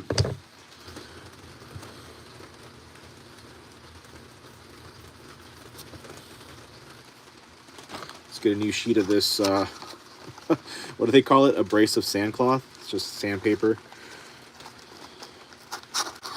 That's what they recommended when I first started. I asked them at the hardware store. I was like, yeah, I'm doing this. And they're like, oh, well, try this. I think this will do. All right. It's been working pretty good. So let's go ahead and just give it a pass again and do our thing. But yeah, hope everyone had a good day today. It's almost Friday. It is a rainy day here in California. It's nice though to hear the rain. When I first started doing live streams and up until recently, I would play music, but then, you know, they try to get you for copyright and then it blocks your videos in some places, and it's like, not gonna deal with all that shice. Not a big deal. I mean, it's really not a big deal. It's fixable most of the time, but it just takes longer to edit them. And not that I edit these, but because you have to fix the copyright issues. Usually you have to either basically just delete part of the segment or remove the audio. It's weird how they do it.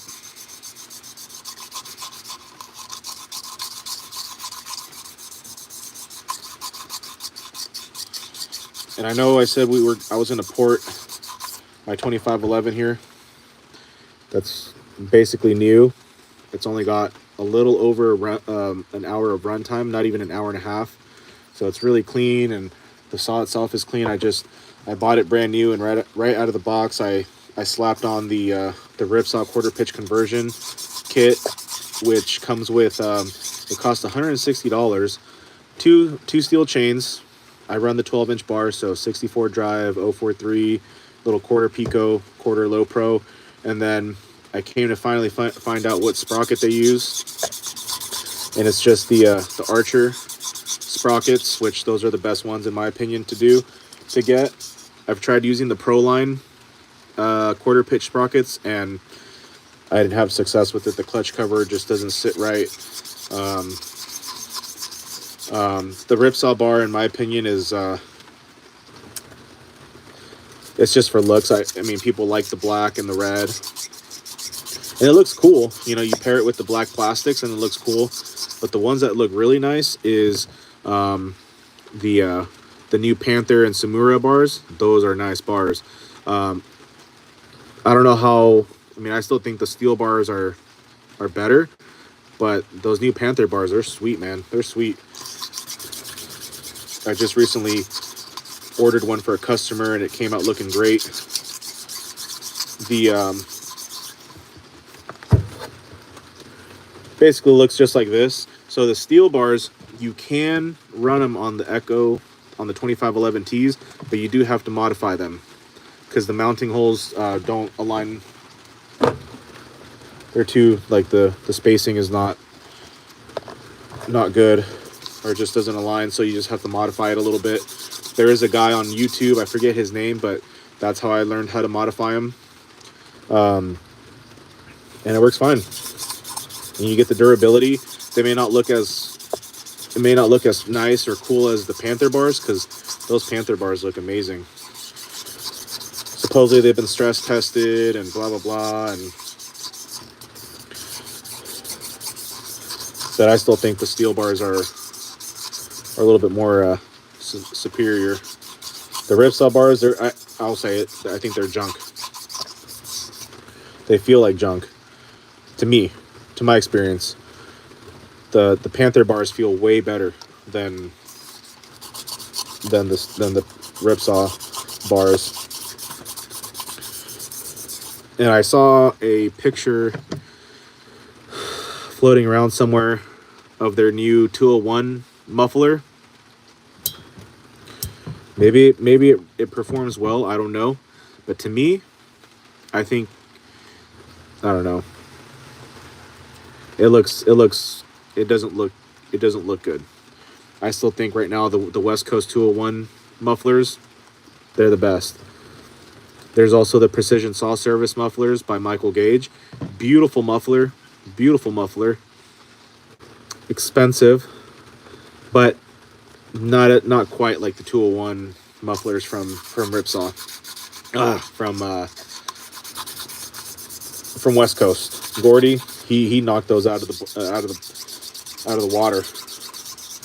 Plus, he made the improvement to those back plates because they were really thin. And shout out to them because actually I have one here right now.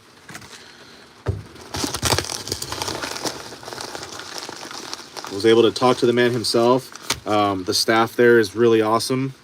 Shout out to Lauren and Samantha and Gordy for helping getting a couple of our customers replacements, because they had the first version of the 201 mufflers, and so now these are the new replacements.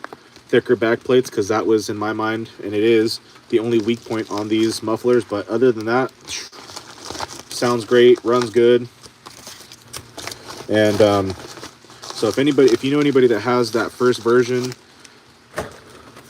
of the 201 mufflers and their back plate broke or something, just reach out to them. They'll square you guys away. So one of them they sent directly to my customer Leon, and the other one they sent directly to me. And then when my buddy Jason comes and picks up his 150 TC that I ported for him and did a nice muffler mod on his 150, he'll come and pick that up for his 201.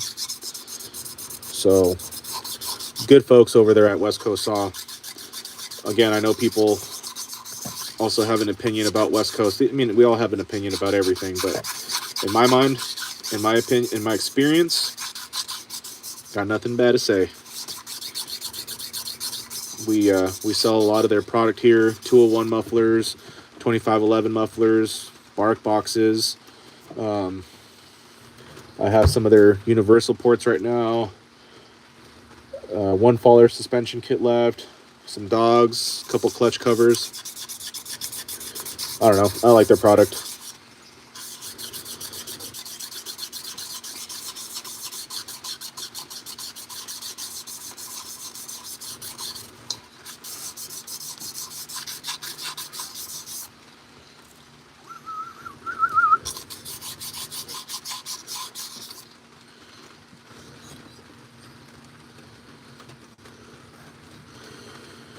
Jerry T says he ate my whole exhaust muffler and never actually fixed it. All of my groceries were also eaten. What? Much love to you, Jerry T. Not sure what that is all about.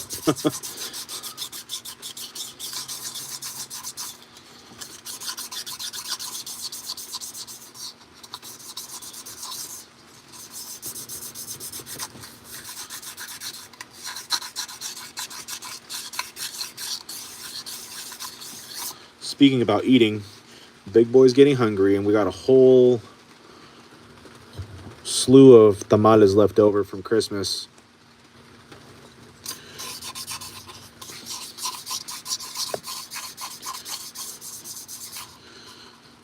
Jerry T says the ladies like a similar technique. Do they?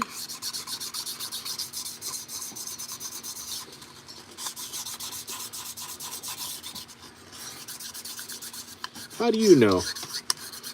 Probably seen it in a video once or twice, huh? That's the only place I've seen something like this. I don't even know what you're talking about, actually.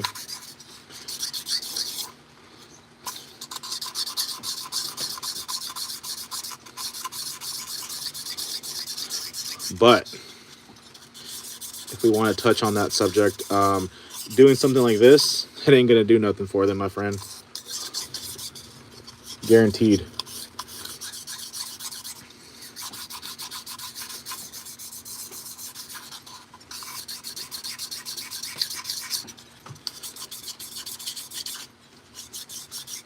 Anyhow, moving on.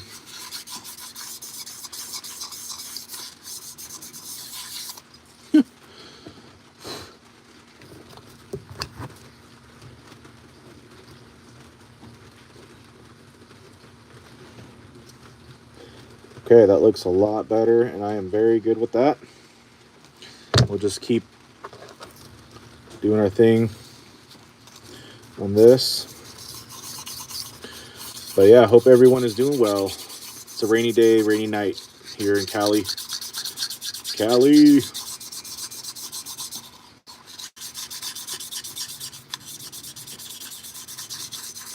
Oh yeah, I forgot I had coffee over there.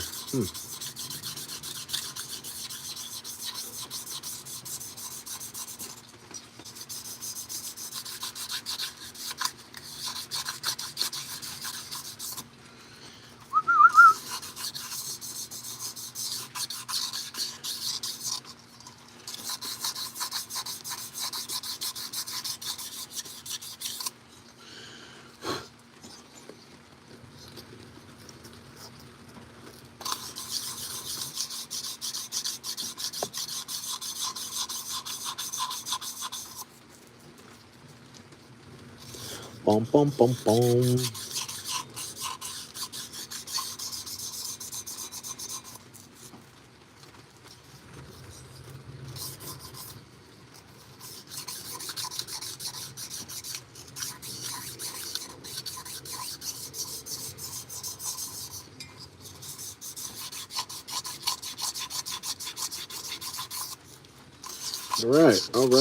All right.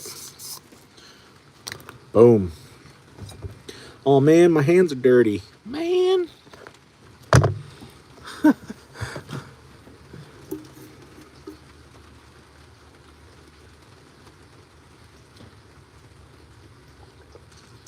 Cheers to you guys and a good day.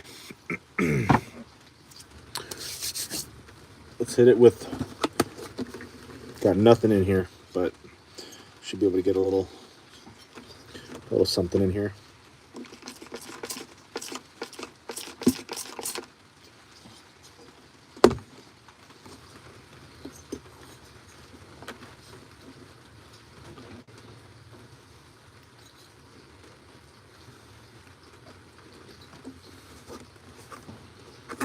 Good old purple power. Purple power. It's pretty much the same as super cleaner, which that was the first degreaser cleaner that I used. Worked well, but I really like this purple power. It's basically the same shiza.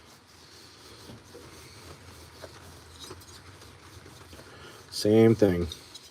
Although I don't know if Purple Power has a foaming version of it. Although I like the actual spray version, like just liquid, not the foam.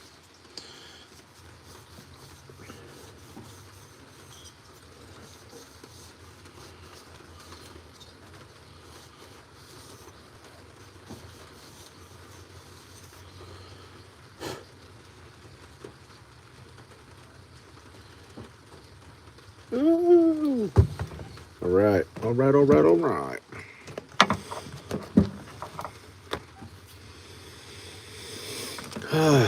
Today was a good day, I will say.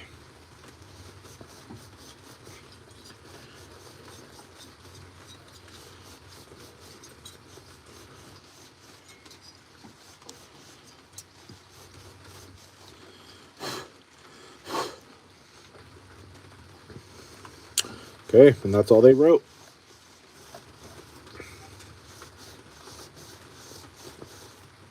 Let's check it out. Let's check it out.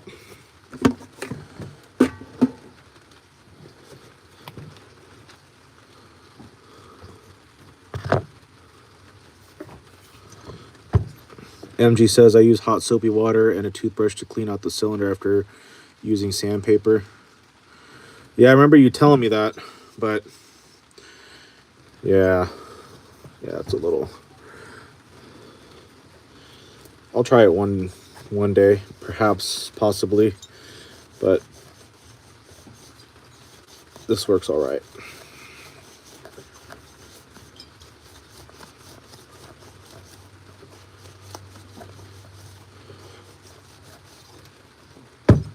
And then hit it with a little air compressor just for good measure, but we'll be all right. We'll be all right.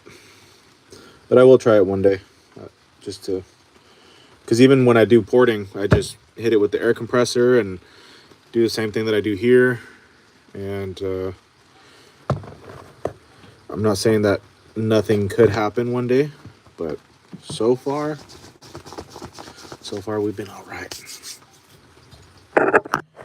All right, let's check it out.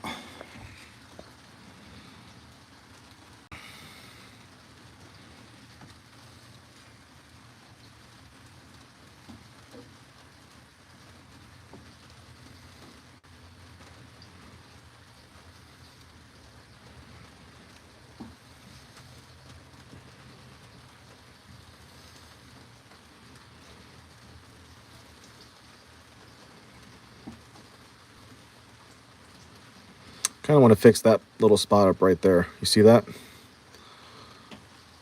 The lines don't really transition well with the other lines. Let me see what I can do. Because even though a customer is not going to open up their, pop off their cylinder and see exactly how the lines flow together, but I know it's there. And why not? Just try. All I can do is try, man.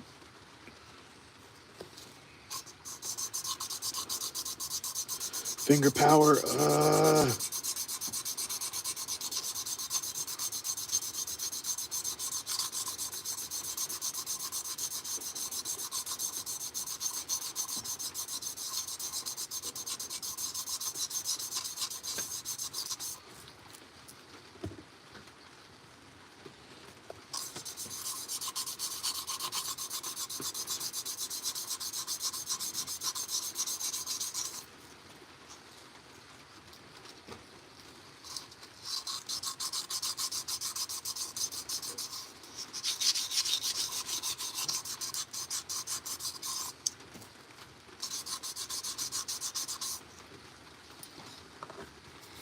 Let me see.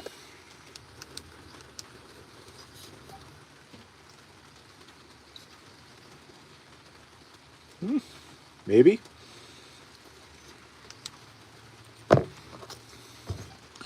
Yeah, man. So what is going on with everybody tonight? What's the plans for the weekend? What's the plan? What is the plan, Stan? How's everyone?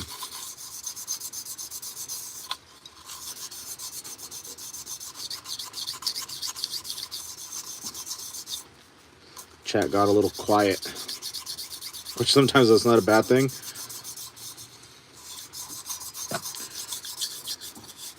especially because it seems like we were getting a couple goofies in a little bit ago, but that's all right, man. It's all part of the show and the fun. Need to get up and stretch the legs a little bit. I didn't go on my walk. I haven't gone on any walks today because that blister, just from wearing old, thin, rough socks, I ended up developing a little blister, and it started off like a dime size, and I just kept walking because my goal right now is to do a walk, 2 walks a day, one in the morning, early afternoon, and then one in the evening time. But yesterday I went out for it was like an hour and 20 minutes. I walked about 3 miles, and it was acting up again because the blister hadn't gone away completely. And at the end of the night, when we left the live stream, I looked in the mirror. I lifted my foot up, and it went from a little dime size blister to now about like a little bit bigger than a quarter. So right now I'm just like, you know what? I feel like I'm slacking, but I'm gonna just take a day or 2 off just to let it heal up a little bit more, because it's just going to keep getting worse and it's not going to be completely gone, and it does slow me down a little bit. I think that's also why I feel a little off, because man, even though it's not running or it's not weightlifting, I mean, walks can do a lot of things for our bodies and our mind. It's really nice. So I didn't do that, so that's probably why I'm feeling maybe a little different, a little off. I mean, it was only day 3, but you know. Lee says sandpaper or Scotch-Brite. This is just some sandpaper. They call it abrasive sandcloth, but it's just sandpaper. It's this stuff right here, 120 grit. Like I keep saying, I didn't specifically go with the intent to get 120 grit, but when I told them what I was doing at the hardware store, I was like, just, even though I had an idea of what I was going to get, but I always like to ask others, what their opinions are or recommendations are, and so they recommended me this, and this is what I use. This is what I've been using, and it works out well. It works out really well. I even use it on plastic sometimes to get rid of like burn marks, on the tool ones, on the bottom, sometimes they start burning up and they start, discoloring and things like that. So Rodney Gregory says, getting up balls early to go to Holden Beach, North Carolina to find fossils. That sounds fun. That sounds cool. Hopefully you find sand dollars. And is it a thing to find starfish out there sometimes, like starfish on the beach like that, like when they die or something? But that hopefully you have a good day out there, man. That sounds like fun. Our beaches don't really they have some shells, but not like some beaches where they have, sand dollars and maybe some starfishes. I don't know. Somehow they have. But that sounds like fun. How early are we talking about? Like 4 in the morning, 5 in the morning, 6 in the morning? Sounds early though. And is that close to you, the beach? Or I'm guessing maybe you have to travel and that's why you have to wake up a little earlier. I don't know.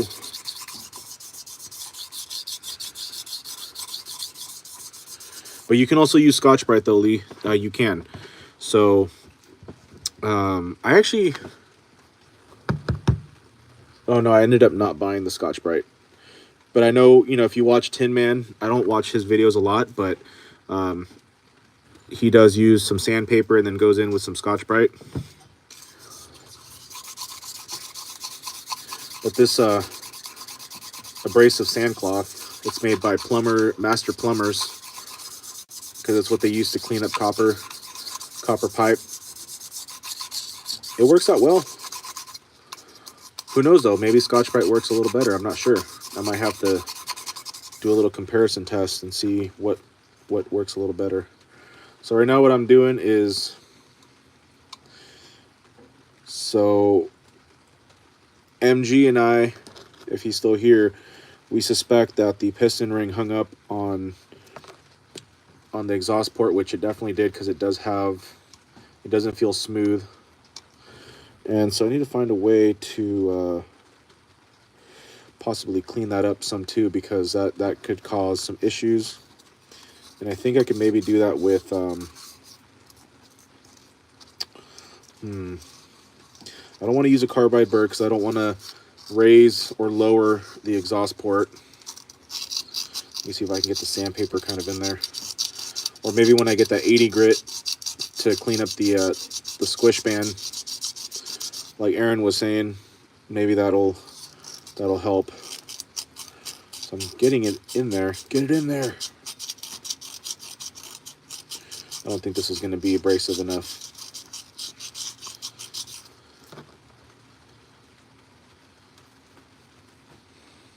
Actually, might have to go in from the inside,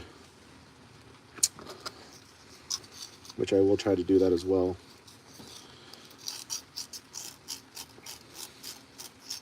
Because I can get the outside of the lip there of the port and around it.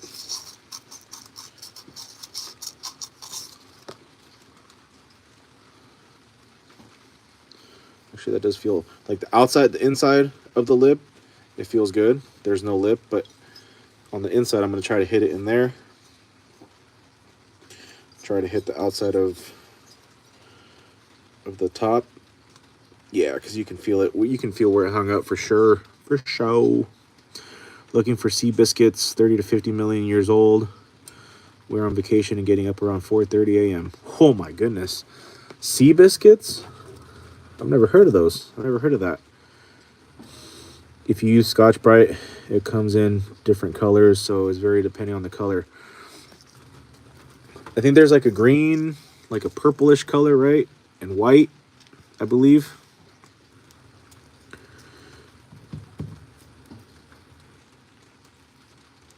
Austin Corbin says, you seem like you're pissed off a lot. Wow. I am curious to know why you have such an assumption. That's kind of interesting. Because I'm pretty sure you're never even on the lives, unless you just never comment. Maybe you're a little pissed off and you're looking for a reaction. But I am curious though, what makes you say that, Austin? I'm sure you won't give an explanation.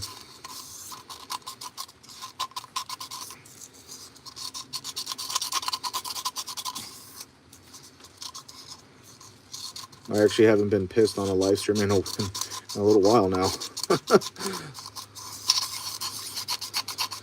But anyhow, hope you're doing well. Hope you had a good Christmas with your family. I don't know if you celebrate.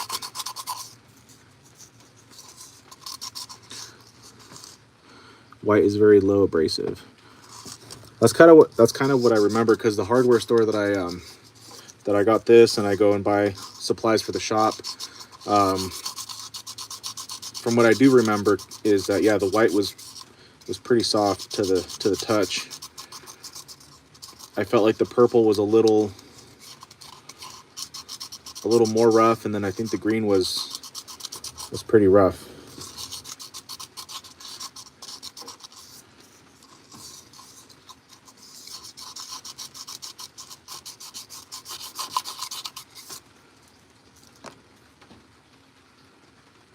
Actually, that helped a little bit there. Okay.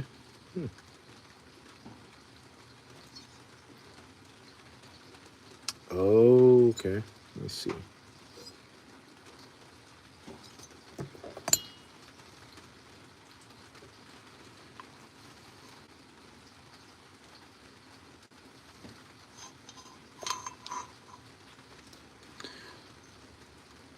So this port has a lot of carbon buildup. A lot.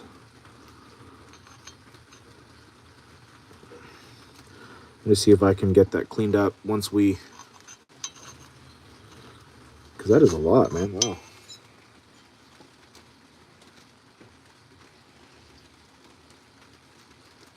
It's pretty soft, so yeah, I'm gonna try to clean that up because that's gonna eventually get into the piston, or excuse me, into the sleeve and come in contact with the piston, and then we're gonna be finding ourselves with some problems again. So yeah, that's not good. So yeah, I'm gonna try to scrape that all off. Maybe we can do that on a different live stream, because we'll be back tomorrow with some more cylinder work. The next one on the list is gonna be Rodolfo's 044C cylinder, and then from there we're gonna move into Ephraim's 661, and then our buddy Leon's 261 cylinder, which all these other cylinders, actually I think out of the 3 that I just showed, plus this one that we just did, 461 for Tino, this is the worst one. Our personal 661 cylinder was the worst out of all of them. And then I think the top end, the cylinder that we replaced for Pedro's 661, that one's pretty nasty. I think that one has Big Bertha beat, but I'm not too sure.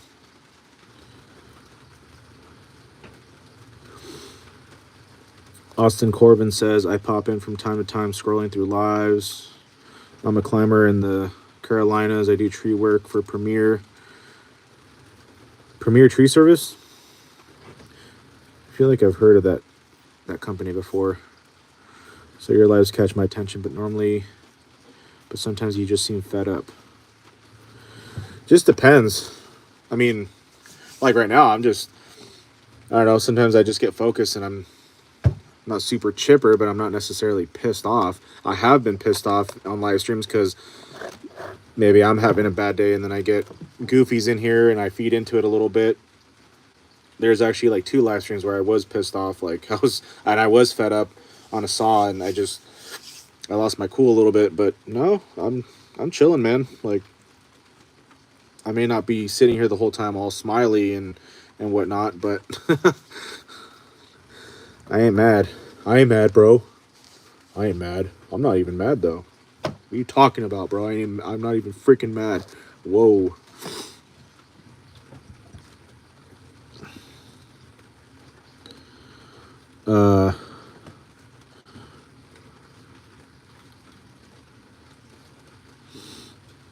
No, believe me, the enthusiasm is there, man. Or else, I mean, if I had no enthusiasm, we wouldn't even be doing this.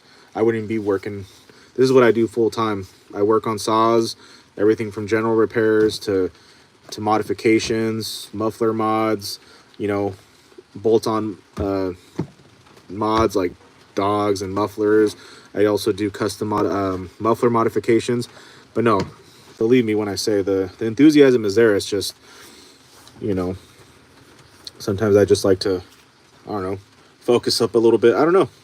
But believe me, there's a lot of enthusiasm, though. Like I said, I may not be sitting here smiling the whole time and laughing, but the live stream did get a little quiet as far as comments. But plus, I've been doing this now we've been working on the cylinder for 154 minutes. So, yeah.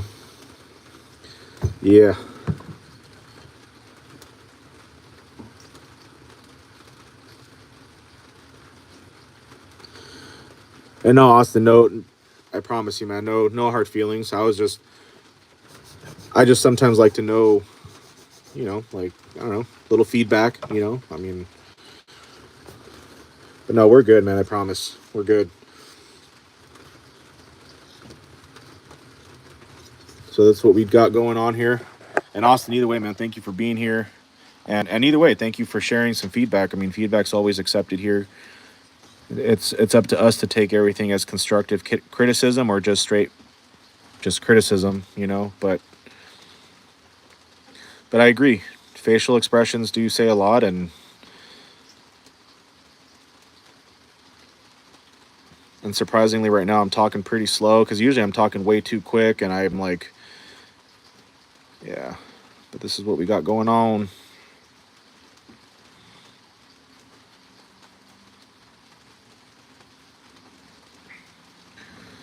So, thanks to the man. Like I always say, I'm very grateful and thankful to be able to call Aaron a buddy of mine, a friend. He recommended us a way that we can clean up that squish band. So something about buying just a cheap piston, getting some sandpaper, and just kind of moving the rod up and down, or just something. So we'll figure it out. I'm gonna look into that a little bit more. But as far as the sleeve, that's where it's gonna end up. I'm gonna work on smoothing out the top of that exhaust port a little bit, and then for sure we'll come back and we'll get all that carbon deposit buildup cleaned up a little bit, so that way, because right now it's not hardened up yet, so we can probably scrape it off pretty easily, because it will start going into, as you can see, it's got a pretty nice little layer of carbon buildup right there, and that will start flaking off and finding its way into the cylinder. So don't want that to happen, especially after we put in a little time into cleaning up the cylinder sleeve. The cylinder sleeve wasn't bad. It had a couple little light gouges. They were still gouges, and a little bit of piston transfer markings, but it was good. I just did it for good measure. Thank you, Rodney, man. I hope you have a good trip to the beach. I don't know if you're going with friends, family, but either way, hope you have a safe trip out there. And thank you for being here and hanging out. And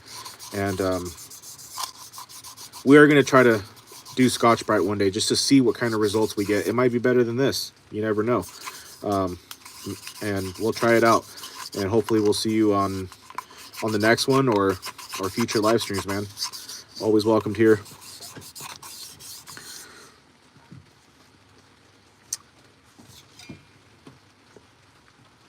Austin's from Greenville.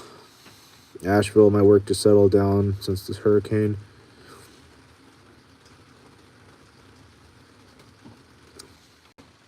Valid goofies, definitely.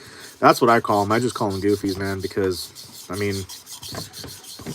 who am I to call someone names? Or, I mean, I know that's calling them names, but we're all a little goofy.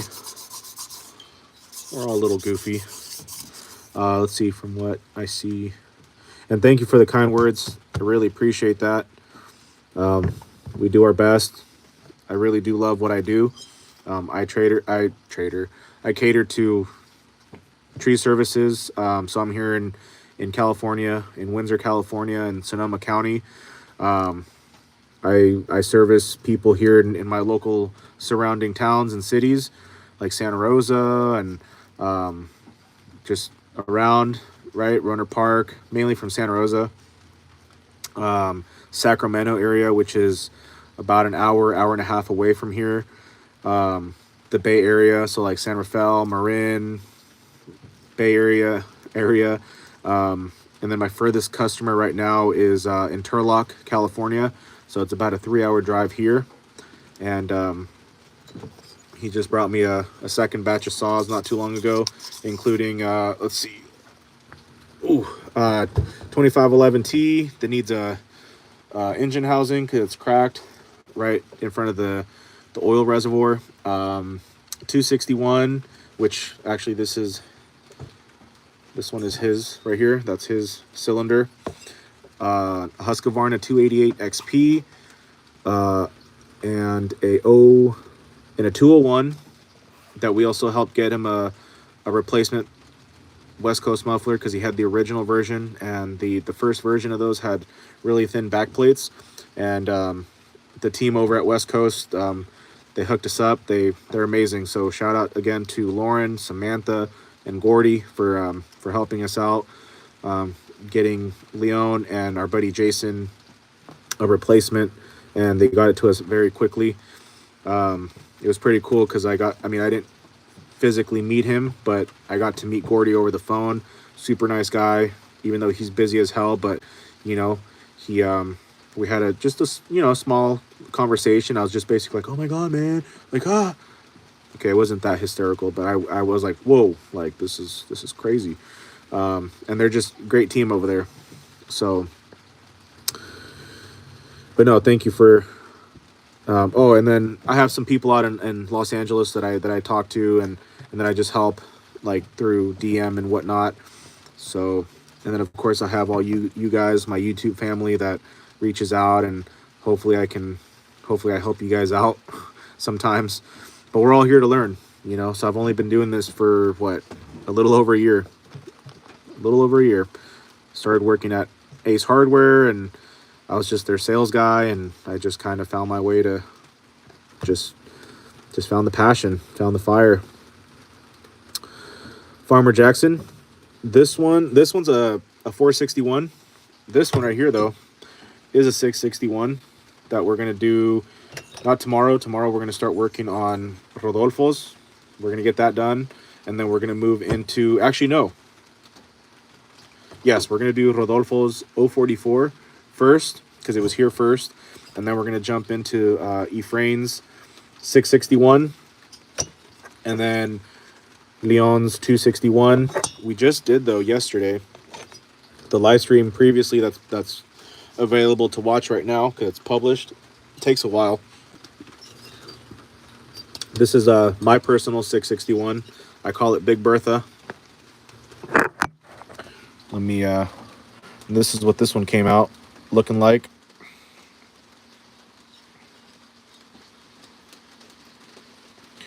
If you guys ever want to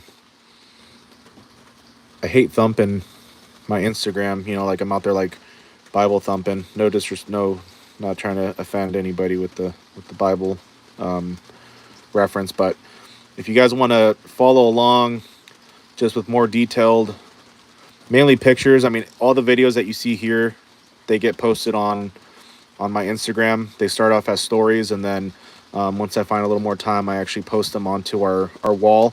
But if you want to just look at mainly before and after pictures, especially my cleaning process, or just, you know, like this, like before and after side by sides, if you guys would like or have any interest, or if you even like Instagram, I do have my Instagram linked in our channel bio, and there you can just kind of follow along a little bit more.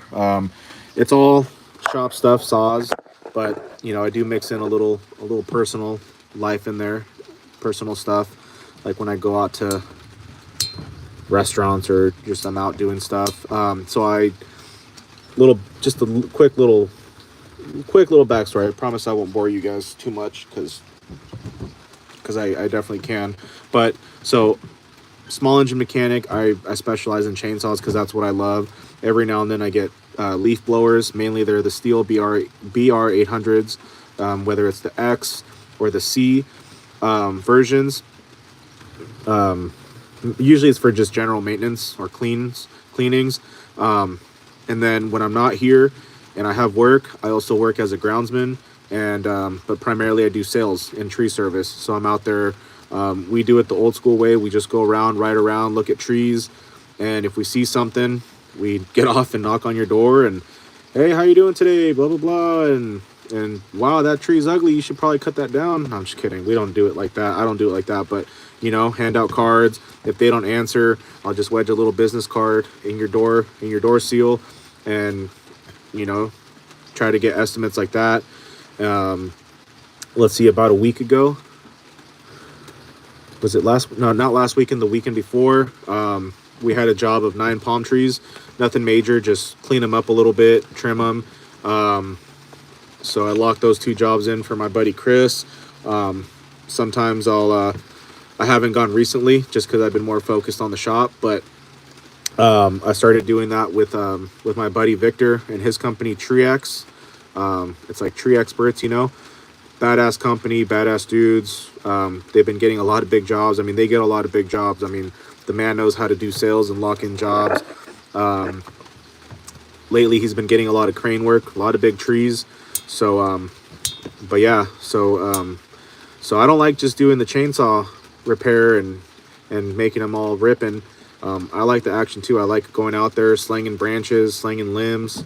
You won't find me up a tree, that's for sure. I can guarantee you. You could pay me. You can tell me you'll pay me $100 an hour to climb a tree for 8 hours. No, sir.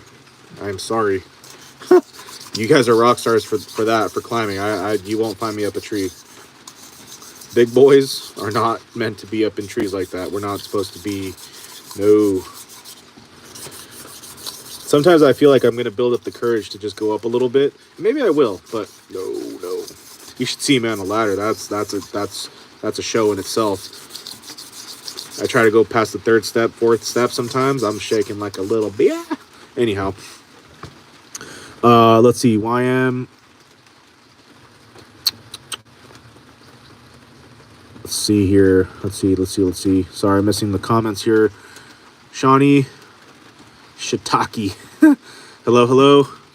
Much love to you. Thank you. I appreciate you. I appreciate the holiday wishes. Thankfully, I did. I had a good holiday with my family. As some of you may know, I don't know if you do, but I live here with my grandparents right now. This is Grandpa's shed, and I just I didn't take over. He allowed me to be here, but I just, everything that you see here, that's not chainsaws, that's all his. Everything else I brought in, and we're doing our thing here in a little, I don't know, this is probably a 5x8 shed. 5x8, maybe? It's tiny, but hey. But thank you. I hope, Shawnee, that you also had a good holiday. And if we don't see each other or talk before the new year, I hope you have a good New Year's, a safe New Year's. YM says, I got a 15-year-old 661 Magnum. Damn. Hey, if it still runs, that's all that matters. If it runs good, just keep it, give it some love every now and then, and it should last. It should last a long time. It's kind of like cowboy boots, like Western boots. You can, as long as you kind of give them some love every now and then, I mean, they'll last you. I've heard people say they've lasted 30 years. I mean, a long time. 40-inch bar. So when I got Big Bertha, it came with a 36-inch bar. Non-light bar, nice and heavy. And but yeah, I could easily pull a 40-inch bar, 42-inch bar. Maybe something a little bigger, but I know a 42 for sure. I've set one up when I was working at the other shop. Gail Soto says, hello. First of all, I have an Echo Blower PB500T, and I was mowing the lawn, and I tried to start it, and it doesn't work. I pulled it like 15 times. Ooh. So it could be a number of things. It could be carburetor related, fuel delivery issue. It could be maybe clogged fuel filter could possibly have an issue. Ignition module might be faulting out, or it ain't got no gas in it. No, I'm kidding. Seriousness though, there could be a leak in the fuel lines. So it could be kind of a number of things, but usually from what I've seen at least is carburetor related. Usually what happens is those the diaphragms, the metering diaphragms, they stiffen up, they become brittle but stiff, and so sometimes what'll happen is they stiffen up in like the closed off position, so everything works off of pressure. And so those metering diaphragms, the way they work under the pressure is, they just kind of go up and down, metering how much fuel gets delivered to the carburetor. So when they're really stiff and you haven't done any general maintenance in a while, they'll get very stiff, and they'll either get stuck, stay at the closed off position. So then, you can't start your equipment.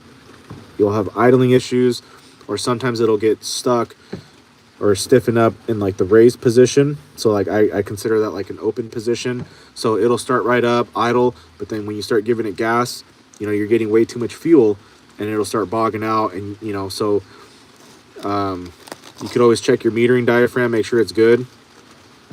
Check your fuel filter. Just throw a new fuel filter, especially if you haven't done any general servicing in quite a while. And at that point, you might as well check to see if you have a clogged air filter. Just give it some love, but I would start with the carburetor and go from there. You could always do a spark test to make sure you're getting spark. It's not gonna you're not gonna be able to determine how strong your spark is unless you plug in one of those like spark, what is it called, like strength testers that they have. But you can at least check for spark. So the way you can do that is remove your spark plug. So first remove the boot, undo your spark plug, and then put the boot back on, and then make contact with, if you can, the cylinder, or really anything metal should do the trick. And as you're holding it there, and make sure your ignition is turned on, so your on switch is on, and then just pull on the cord as if you were trying to start it. Try to do it in low light. It'll be a little easier to determine if if you have spark, and you'll be able to see it. So try to do it maybe like inside the garage in low light is all.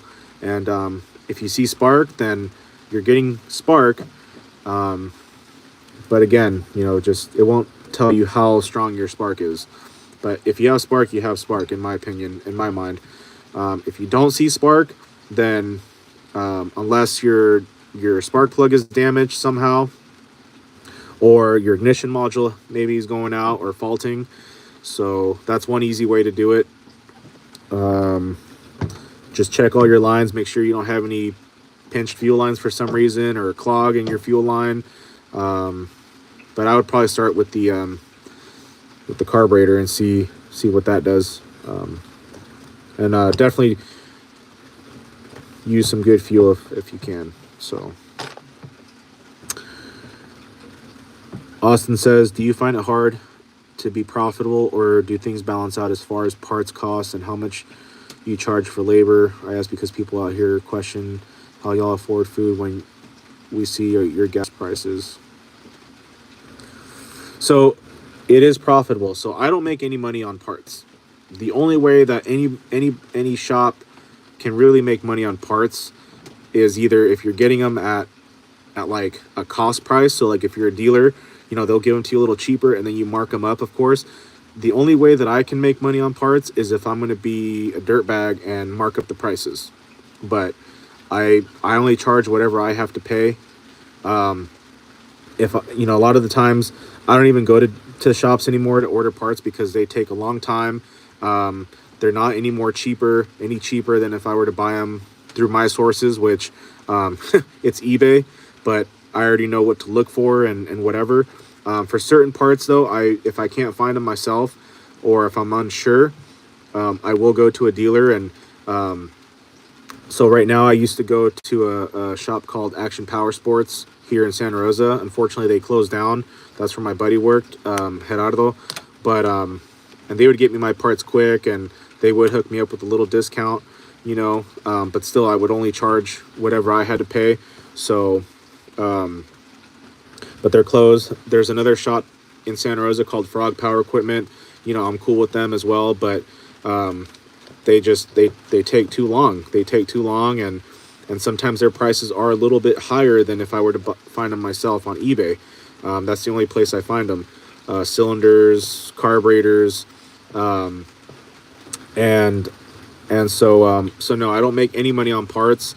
I do charge a drop off and inspection fee, which is $50, and then my labor, I actually have gone down on my labor just to be a little competitive. And either way, I don't need to be charging what other shops are charging, because the whole point is for people to come to me. And either way, they do once they figure out what I can do, and I treat my customers right. They're all friends though, I charge $100 an hour for labor, prorated. So I mean, if somebody comes in here and they want just the general tune-up, new air filter, spark plug, whatever, I always clean everything. I don't charge extra for my cleaning. I don't charge them $100. I don't have a minimum on labor like some people do, or some shops. It's all just, I just charge what I believe is fair to my customers and my time. And especially now that I'm running my own little thing here, it pans out.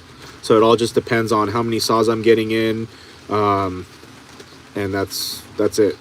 So not to necessary, not to brag or anything, but like sometimes it pans out to, like just with my drop offs, it pans out to $50 an hour a day, or depending, sometimes I've had it pan out to about closer to $80. Well, let's see, more than 50, like between like 60 and $80 an hour, plus my labor as well. But I don't make anything on parts. I don't make, anything on parts. That's just how it is. Like I said, the only way I can make money on parts is if I'm going to be dishonest and mark up the prices. So when I order parts, of course now we have to factor in shipping. So shipping, I either pay the whole shipping or I pay half of the shipping.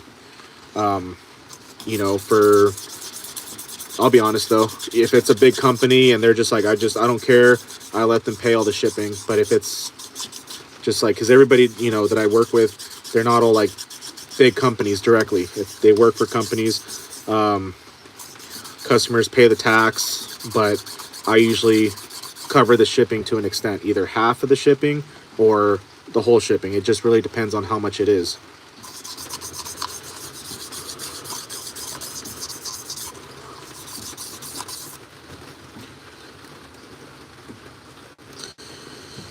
Let's see. Sorry, I'm missing some of the comments here. Austin says, palm trees are something that aren't even in my field of scope when I start my day. Oaks, maple, pine, cedar. Yeah, we have a lot of pines out here. We have a little bit of everything. Definitely redwoods, oak, eucalyptus, palm trees, a lot of palm trees, mulberry trees. I don't like mulberry trees, man. They're just ugly and they make a mess. I don't like them, but they're easy money for the most part because everybody almost has 1 or 2 or 3 in their yards, and I just drive around.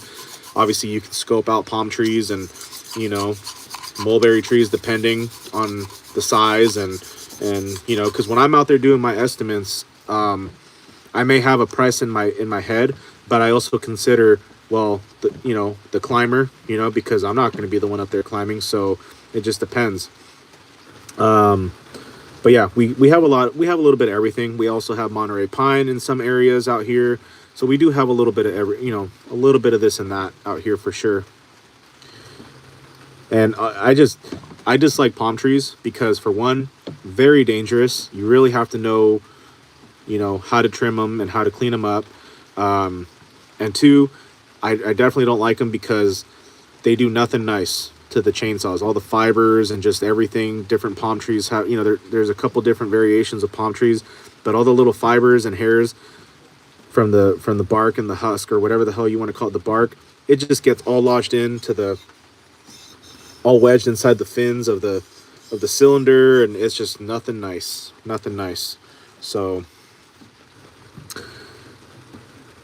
Digger Mike said, okay, so that's for Austin. Austin says, we have our own small engine mechanic that works at our shops. Older guy, slow, but he knows what he's doing. And that's it, I do everything as quick as possible. As far as, most to all shops out here in my area, they take sometimes minimum of 2 weeks to just do an inspection. And then depending on if they have parts in stock, and if they don't have it, to order them in. All my inspections, they get done either the same day, the next day, definitely no week or even a few days. They all get done on quick. And then depending on what parts I need, what parts I may have in stock, and the cleaning, my cleaning process, I'm sure some of you guys have seen my videos of just like how they come out, but I don't charge, like I said, I don't charge extra labor for that. That's just part of the service. I've had a couple customers that are like, man, don't even worry about cleaning it, just leave it like that. I'm like, it kind of hurts a little bit, but I still clean them up a little bit. But the cleaning process, it all starts when I do the inspection. I always give them a little cleaning first, a little brush off, a little hit with the air compressor, just to get a better visual of what I'm looking at. Because for one, it sounds kind of silly, but I don't like working on dirty saws. I don't. And I always get asked, What can I do to protect or get more longevity out of my equipment? Cleaning. That's the first step. And then obviously then the rest. Good fuel, good mix, everything, make sure you're not running dull chains. It also depends on how you're running everything too. So, but yeah, I like to take my time and do things thoroughly as best as possible. And yeah, you got to just take your time, not take your sweet ass time, but take your time. So, because I feel like a lot of shops, at least in my area, I know there's some good shops out there, but I feel like in my area or most shops, they don't really understand their customers. They don't understand the nature of the business, which is time and money. Like the longer their saw sits in my shop, I know most of my customers, and they have backups, but sometimes they bring me all their saws, climbing saws especially. Those are like the number one. The longer it sits in my shop, well, the longer they can work, the longer it takes to just, So I always do things as quick as possible, and that's just how you have to do it. Abdul, hello, my friend. Thank you for being here. Much love to you. Hope everything is well. Austin Corbin. Austin says, good on you, man, for not marking up parts. If you can, find out how to keep that hourly rate. That's great, man. You gotta just, I've played with it a little bit. My drop-off fee, I started charging what the shop that I was working at was charging. $120 an hour for labor, and then $60 to drop off the machine. But I've realized, for one, I don't need to be charging that. Two, I'm not them. I want to be different than most shops. Obviously keep things a little competitive, but I love what I do. And now that I'm doing my own thing, as long as I'm getting saws, right now I've gotten a little slower just because of the weather and climate. I know there's a lot of emergency cleanup, but I'm still getting some saws here and there. I have a nice little batch right now. I have total, I have 20 saws. I got 16 in. That's the newest batch, and then I already had 4 from the last batch. I've done quite a few, but right now I'm a little slower. I know I'll pick up, but just got to keep it consistent and not lose patience, or not get into like desperation mode. But yeah, I got to keep it competitive, find what works. So now I charge, like I said, $100 an hour. I brought down my drop-off fee to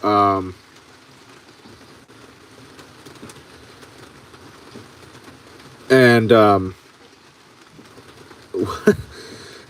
so I've went down on my inspection fee, so $50. But I also, what I can do though is I can give price breaks in my shop.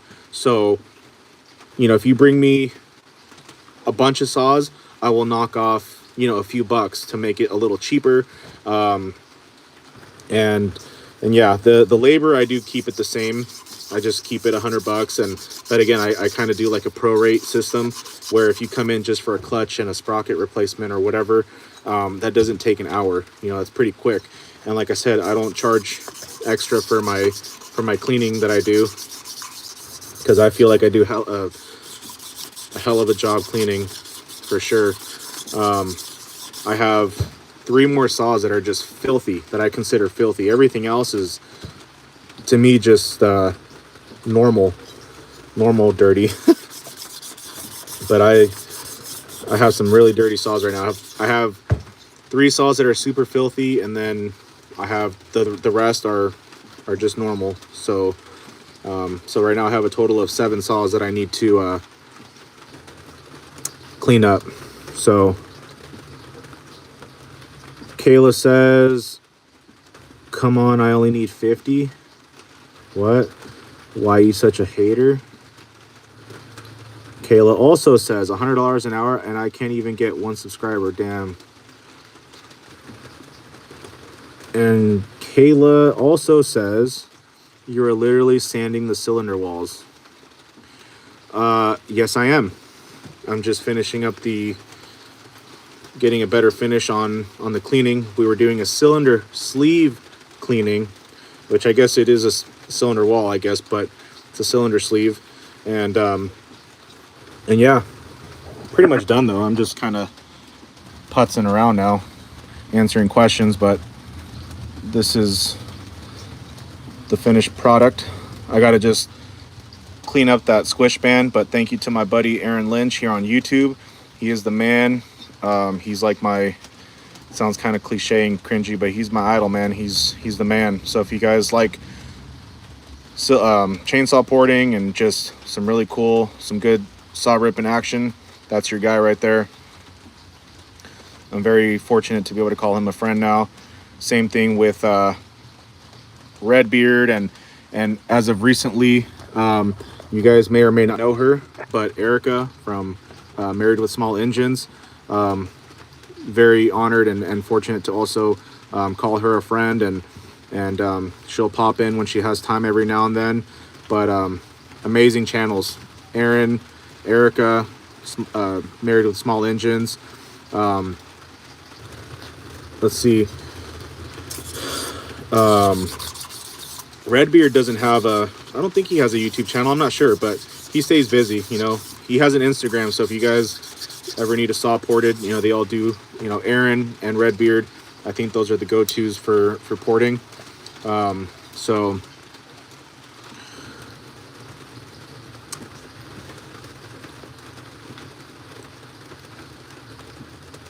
let's see. It's your boy, Patrick. Hello, hello.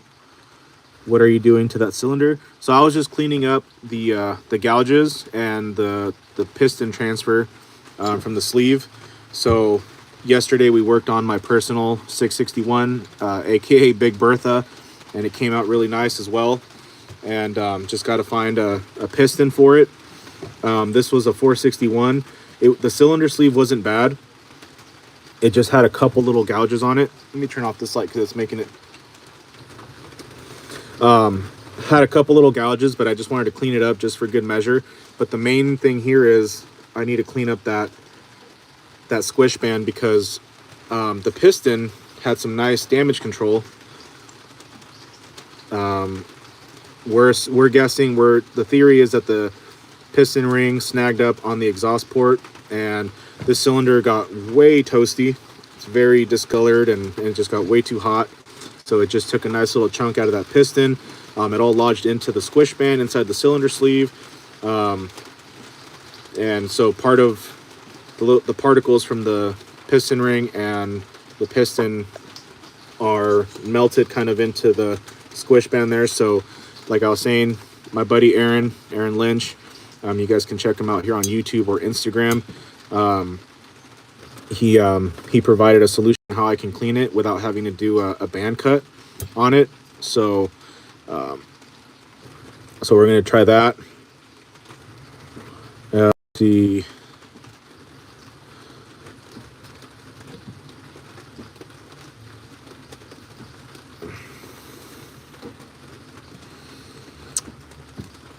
I'm not even sure if I can take Kayla seriously right now. It's your boy says it's a bot. Kind of seems like it, huh? I don't know. Kayla might be real. I don't know. It might not even be a chick. It could be a dude. It's a dude. Oh my God, it's a dude. We're not going to humor Kayla though, because what if it is a bot and it might not even be a chick? Although she looks kind of all right in her picture, I guess. I don't know. Anyways, I should be careful because I already got myself a woman. So, have you ever used a hone? No, I haven't. I want to try it one day. I want to try it one day because it'll probably be a little quicker than this, a little more even. I mean, I not to sound full of shies, but I mean, I do a good job with my method. But yeah, I'd like to try a hone one day for sure. Probably be a lot quicker. So it was, part of it was piston transfer. So just markings from the piston coming in contact with the cylinder sleeve, and then gouges just from, you know, the piston ring just really, you know, not enough lubrication essentially, so more friction, and then it just started digging into the cylinder sleeve. So What about Nicosil? That's what this plating is. Nicosil. All the OEM is Nicosil. Some aftermarket cylinders um, they do now offer Nicosil. It's not going to be as good quality as an OEM, in my opinion. They have gotten better over time, from my understanding. At least that's what I hear people say. The people that do mess with aftermarket cylinders. So, and then there's also, I think, titanium plating, I think they call it. I don't know. So, it's your boy says probably some guy in India. Oh, you never know. You never know. The world of social media, man. Vanessa Flores, welcome. Hello, hello. My cousin's last name is Flores too. Anyhow, Ronaldo or Messi? Well, I don't watch a lot of soccer. I am Hispanic. I do watch it when it's on TV here at the house, when my family's watching it. But I don't really know. I don't really know Ronaldo or Messi. I know they're two. They're some of the best. But I feel like, just to answer, I feel like there's one soccer player, and I don't know who he is, but he just seems like a really good person. I don't know if that's, I think it's Ronaldo. I think that's who I see, and he just seems like a cool dude. But then again, I don't know. But I'm gonna just say Ronaldo. But I know they're both freaking awesome. That's all I know.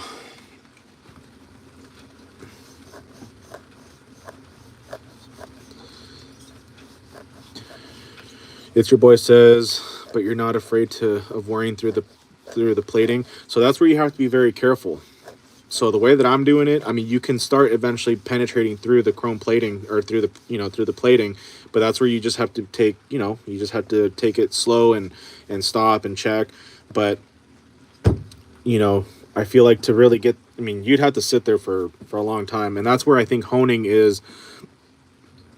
I think honing is possibly a little bit more abrasive. I'm not too sure. I'm not really experienced with honing, but you just got to make sure you're not. Yeah, that's the thing. You got to make sure you're not going through the plating. So, but thankfully, knock on wood, we haven't had to go that far on a cylinder to, yeah.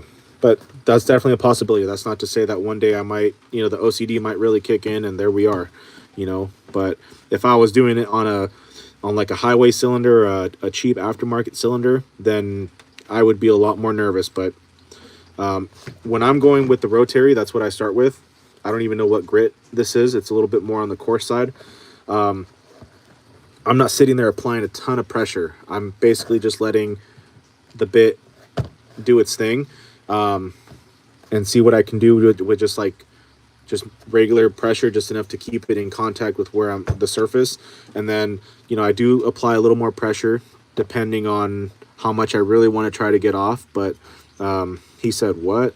Relax, people. But yes, you do have to keep you definitely have to keep that in mind for sure. And just like when I'm porting a cylinder, I use the same kind of rule. I always make sure I keep the tool moving. Don't just leave it in one spot for too long, or go too, there's just the method. I don't know. You just got to kind of feel it out. You got to kind of wing it, but you got to be careful. But the great thing is with us is that if something were to go wrong, and it's bound to happen, it's not always smooth sailing. We'll be, we'll take responsibility, and we'll make it right for sure. We have a great warranty. So anyhow, Ricky Rick's favorite revolver. I don't know models, but my favorite firearm brand is Smith & Wesson. That's just what I've grown up seeing and knowing, and I like their knives. Yeah, revolvers are cool. Revolvers are cool.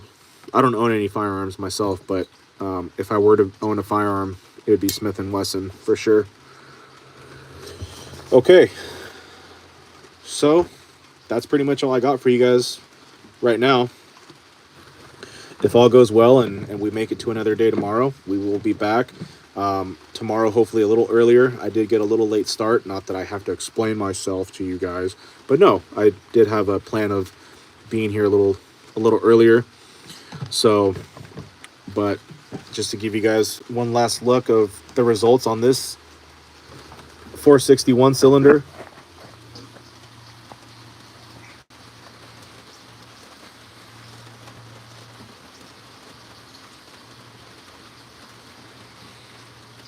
Just gotta get the supplies to clean up the squish band, because as you can see, you can still see part of like the piston ring just kind of melted into the, like, welded itself into the squish band.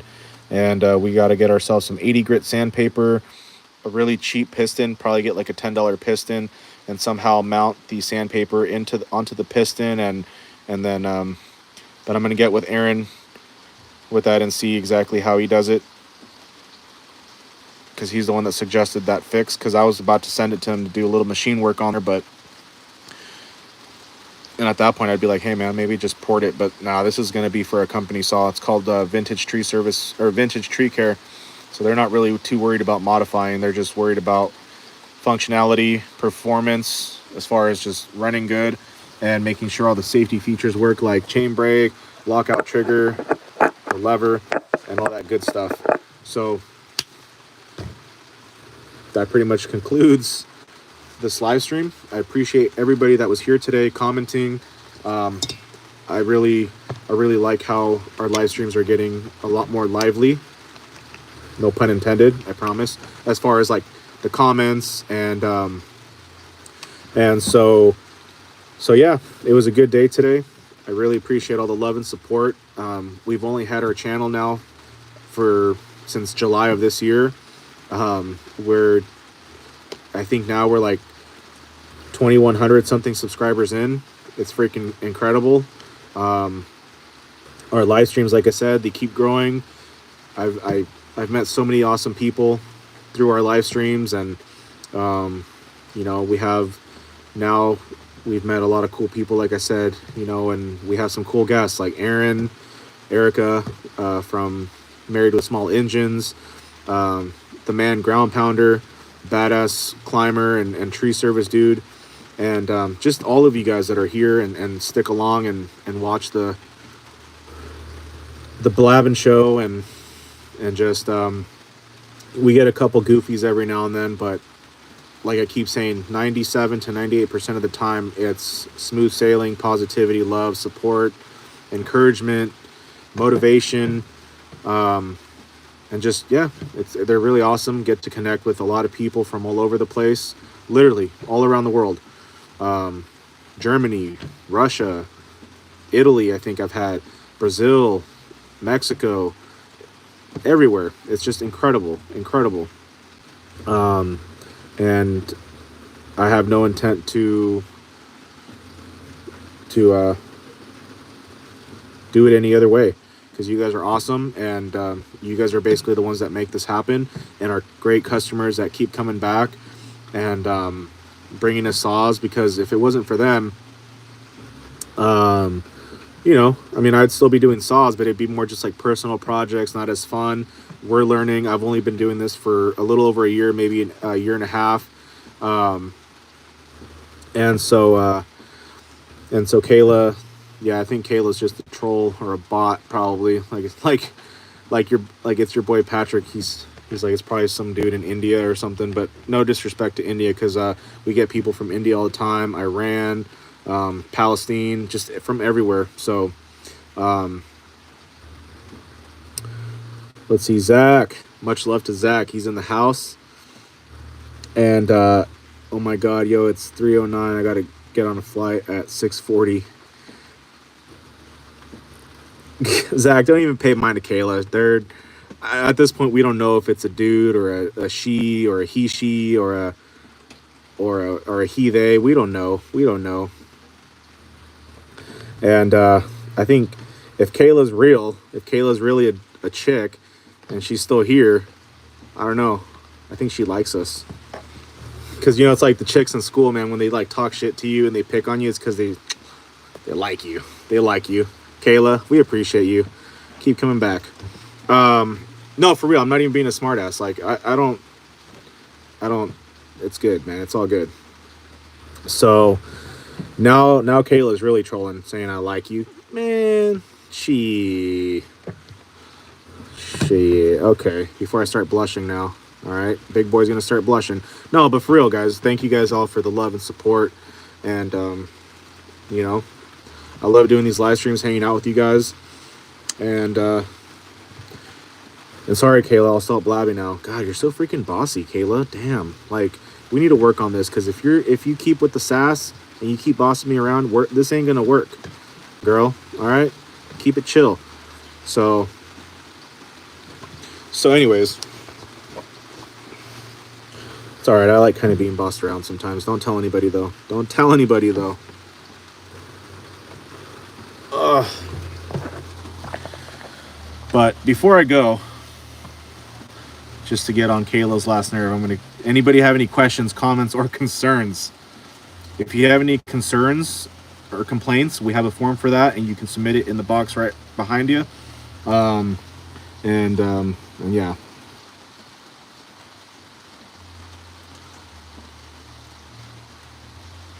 DB says cringe.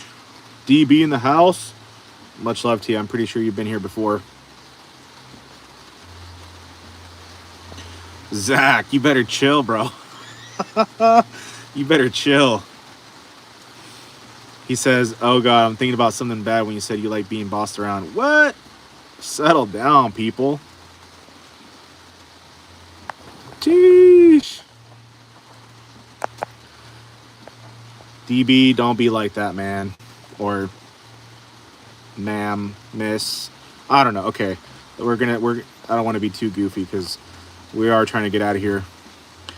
But for real, appreciate everybody being here. Digger Mike in the house.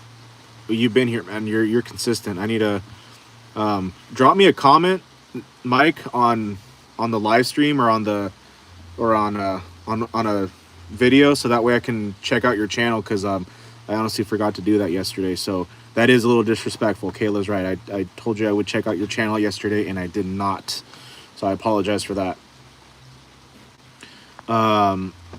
So Mike, tomorrow on the agenda, we're gonna be back with some more cylinder work. So let's see, this one is good. We'll see how it runs though, because even though it's clean, it's better than what it was. Once we get the squish band supplies, we're gonna finish up the cylinder, and then after we're done cleaning up the squish band, I'm gonna go ahead and clean up all that carbon buildup in there. You see that? It's pretty thick, and that's gonna start chipping away. You see that? Sheesh. So we're gonna do that. That's gonna be on hold for now. Tomorrow we're gonna go ahead and get started on Rodolfo's 044C cylinder. It's pretty nasty. It's got some gouges actually up at the top there of the exhaust port. So we're going to work on this one tomorrow. And then if I can actually get my ass out here earlier, finish that one up. And then we're going to work on Ephraim's 661 cylinder. And then we have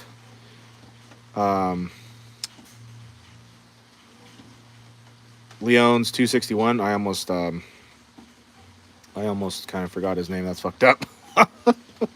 He's our guy from Turlock, California. So he's 3 hours away from us. So this is a 261. So we're going to be doing a lot of cylinder work, because that's pretty much what I have right now on the agenda anyways. And then I said I was going to port this one, our 2511.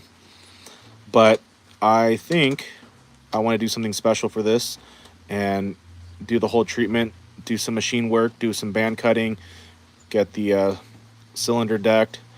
And so I think I'm gonna get ready to send it out to my buddy Aaron and have him work his magic and all that good stuff. So we'll see. Well, no, there's no we'll see. We'll just see when we can get it out there to him. So that's what we're going to do tomorrow, Mike. We're going to just keep doing some cylinder stuff, and, it might get a little boring for some, but it's all right. That's what we got to do. Kayla says small engines to the moon. That kind of reminded me of Cheech and Chong up in Smoke when they're in the van and he's like, shoot the moon. That's what it reminded me of for some reason. Simple Guy says, you remind me of Noah Levenstein. Who is that? I think I'll take that as a I don't know. I don't know who that is. I don't know who that is. Let's look him up. Look him up.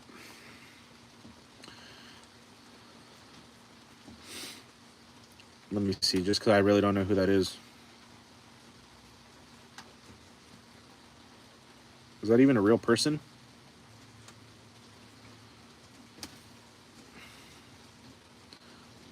Ah, he's hella funny. He's the dude. He's the dad from American Pie. I'll take that as a compliment, man. I will take that as a compliment. That dude's a boss. Grayson, what time am I going live? I'm not too sure yet, but it's going to be a lot earlier than 3 o'clock my time here, Pacific time here in California. So my goal for tomorrow is to get out here no later than 12 p.m. It might be sooner. So we'll just see how the day goes. But no, I'm going to try to go for no later than 12 p.m. my time, so we can actually be out here for a little longer and do our thing. And let's see if we can crank out at least 2 cylinders tomorrow. That'd be cool. So yeah, so now I'm gonna get going before Kayla throws me in the doghouse. Sorry ma'am. So hope to see you guys tomorrow. Hope you guys all have a good night, safe night. If you guys are gonna go out, party, do whatever you do you. Just be cool out there, be safe. And yeah, if the day shows up tomorrow, we'll see each other tomorrow. So, and if you guys aren't here tomorrow, happy New Year's to everybody. And Audi 5000, Powerman 5000. All right, guys, much love to everybody. Simple Guy, peace. Grayson, much love to you guys. Oh, you guys want to see something before you guys leave? Check this out. Check this out. Wait for it. Wait for it. My buddy is coming to visit. Ah. He's getting shy.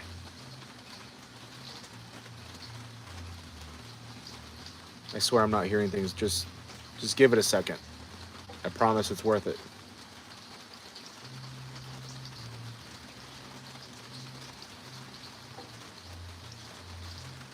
Oh man.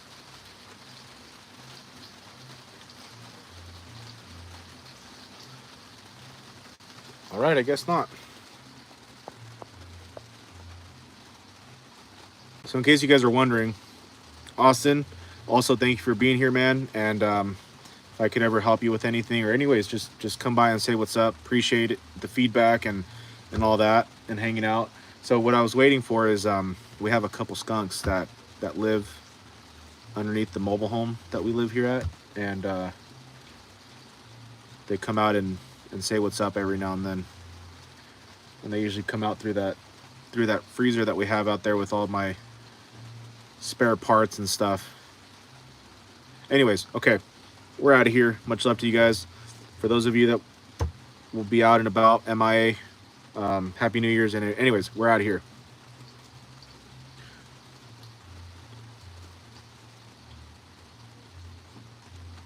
Yeah, they ain't coming. All right, guys. See you.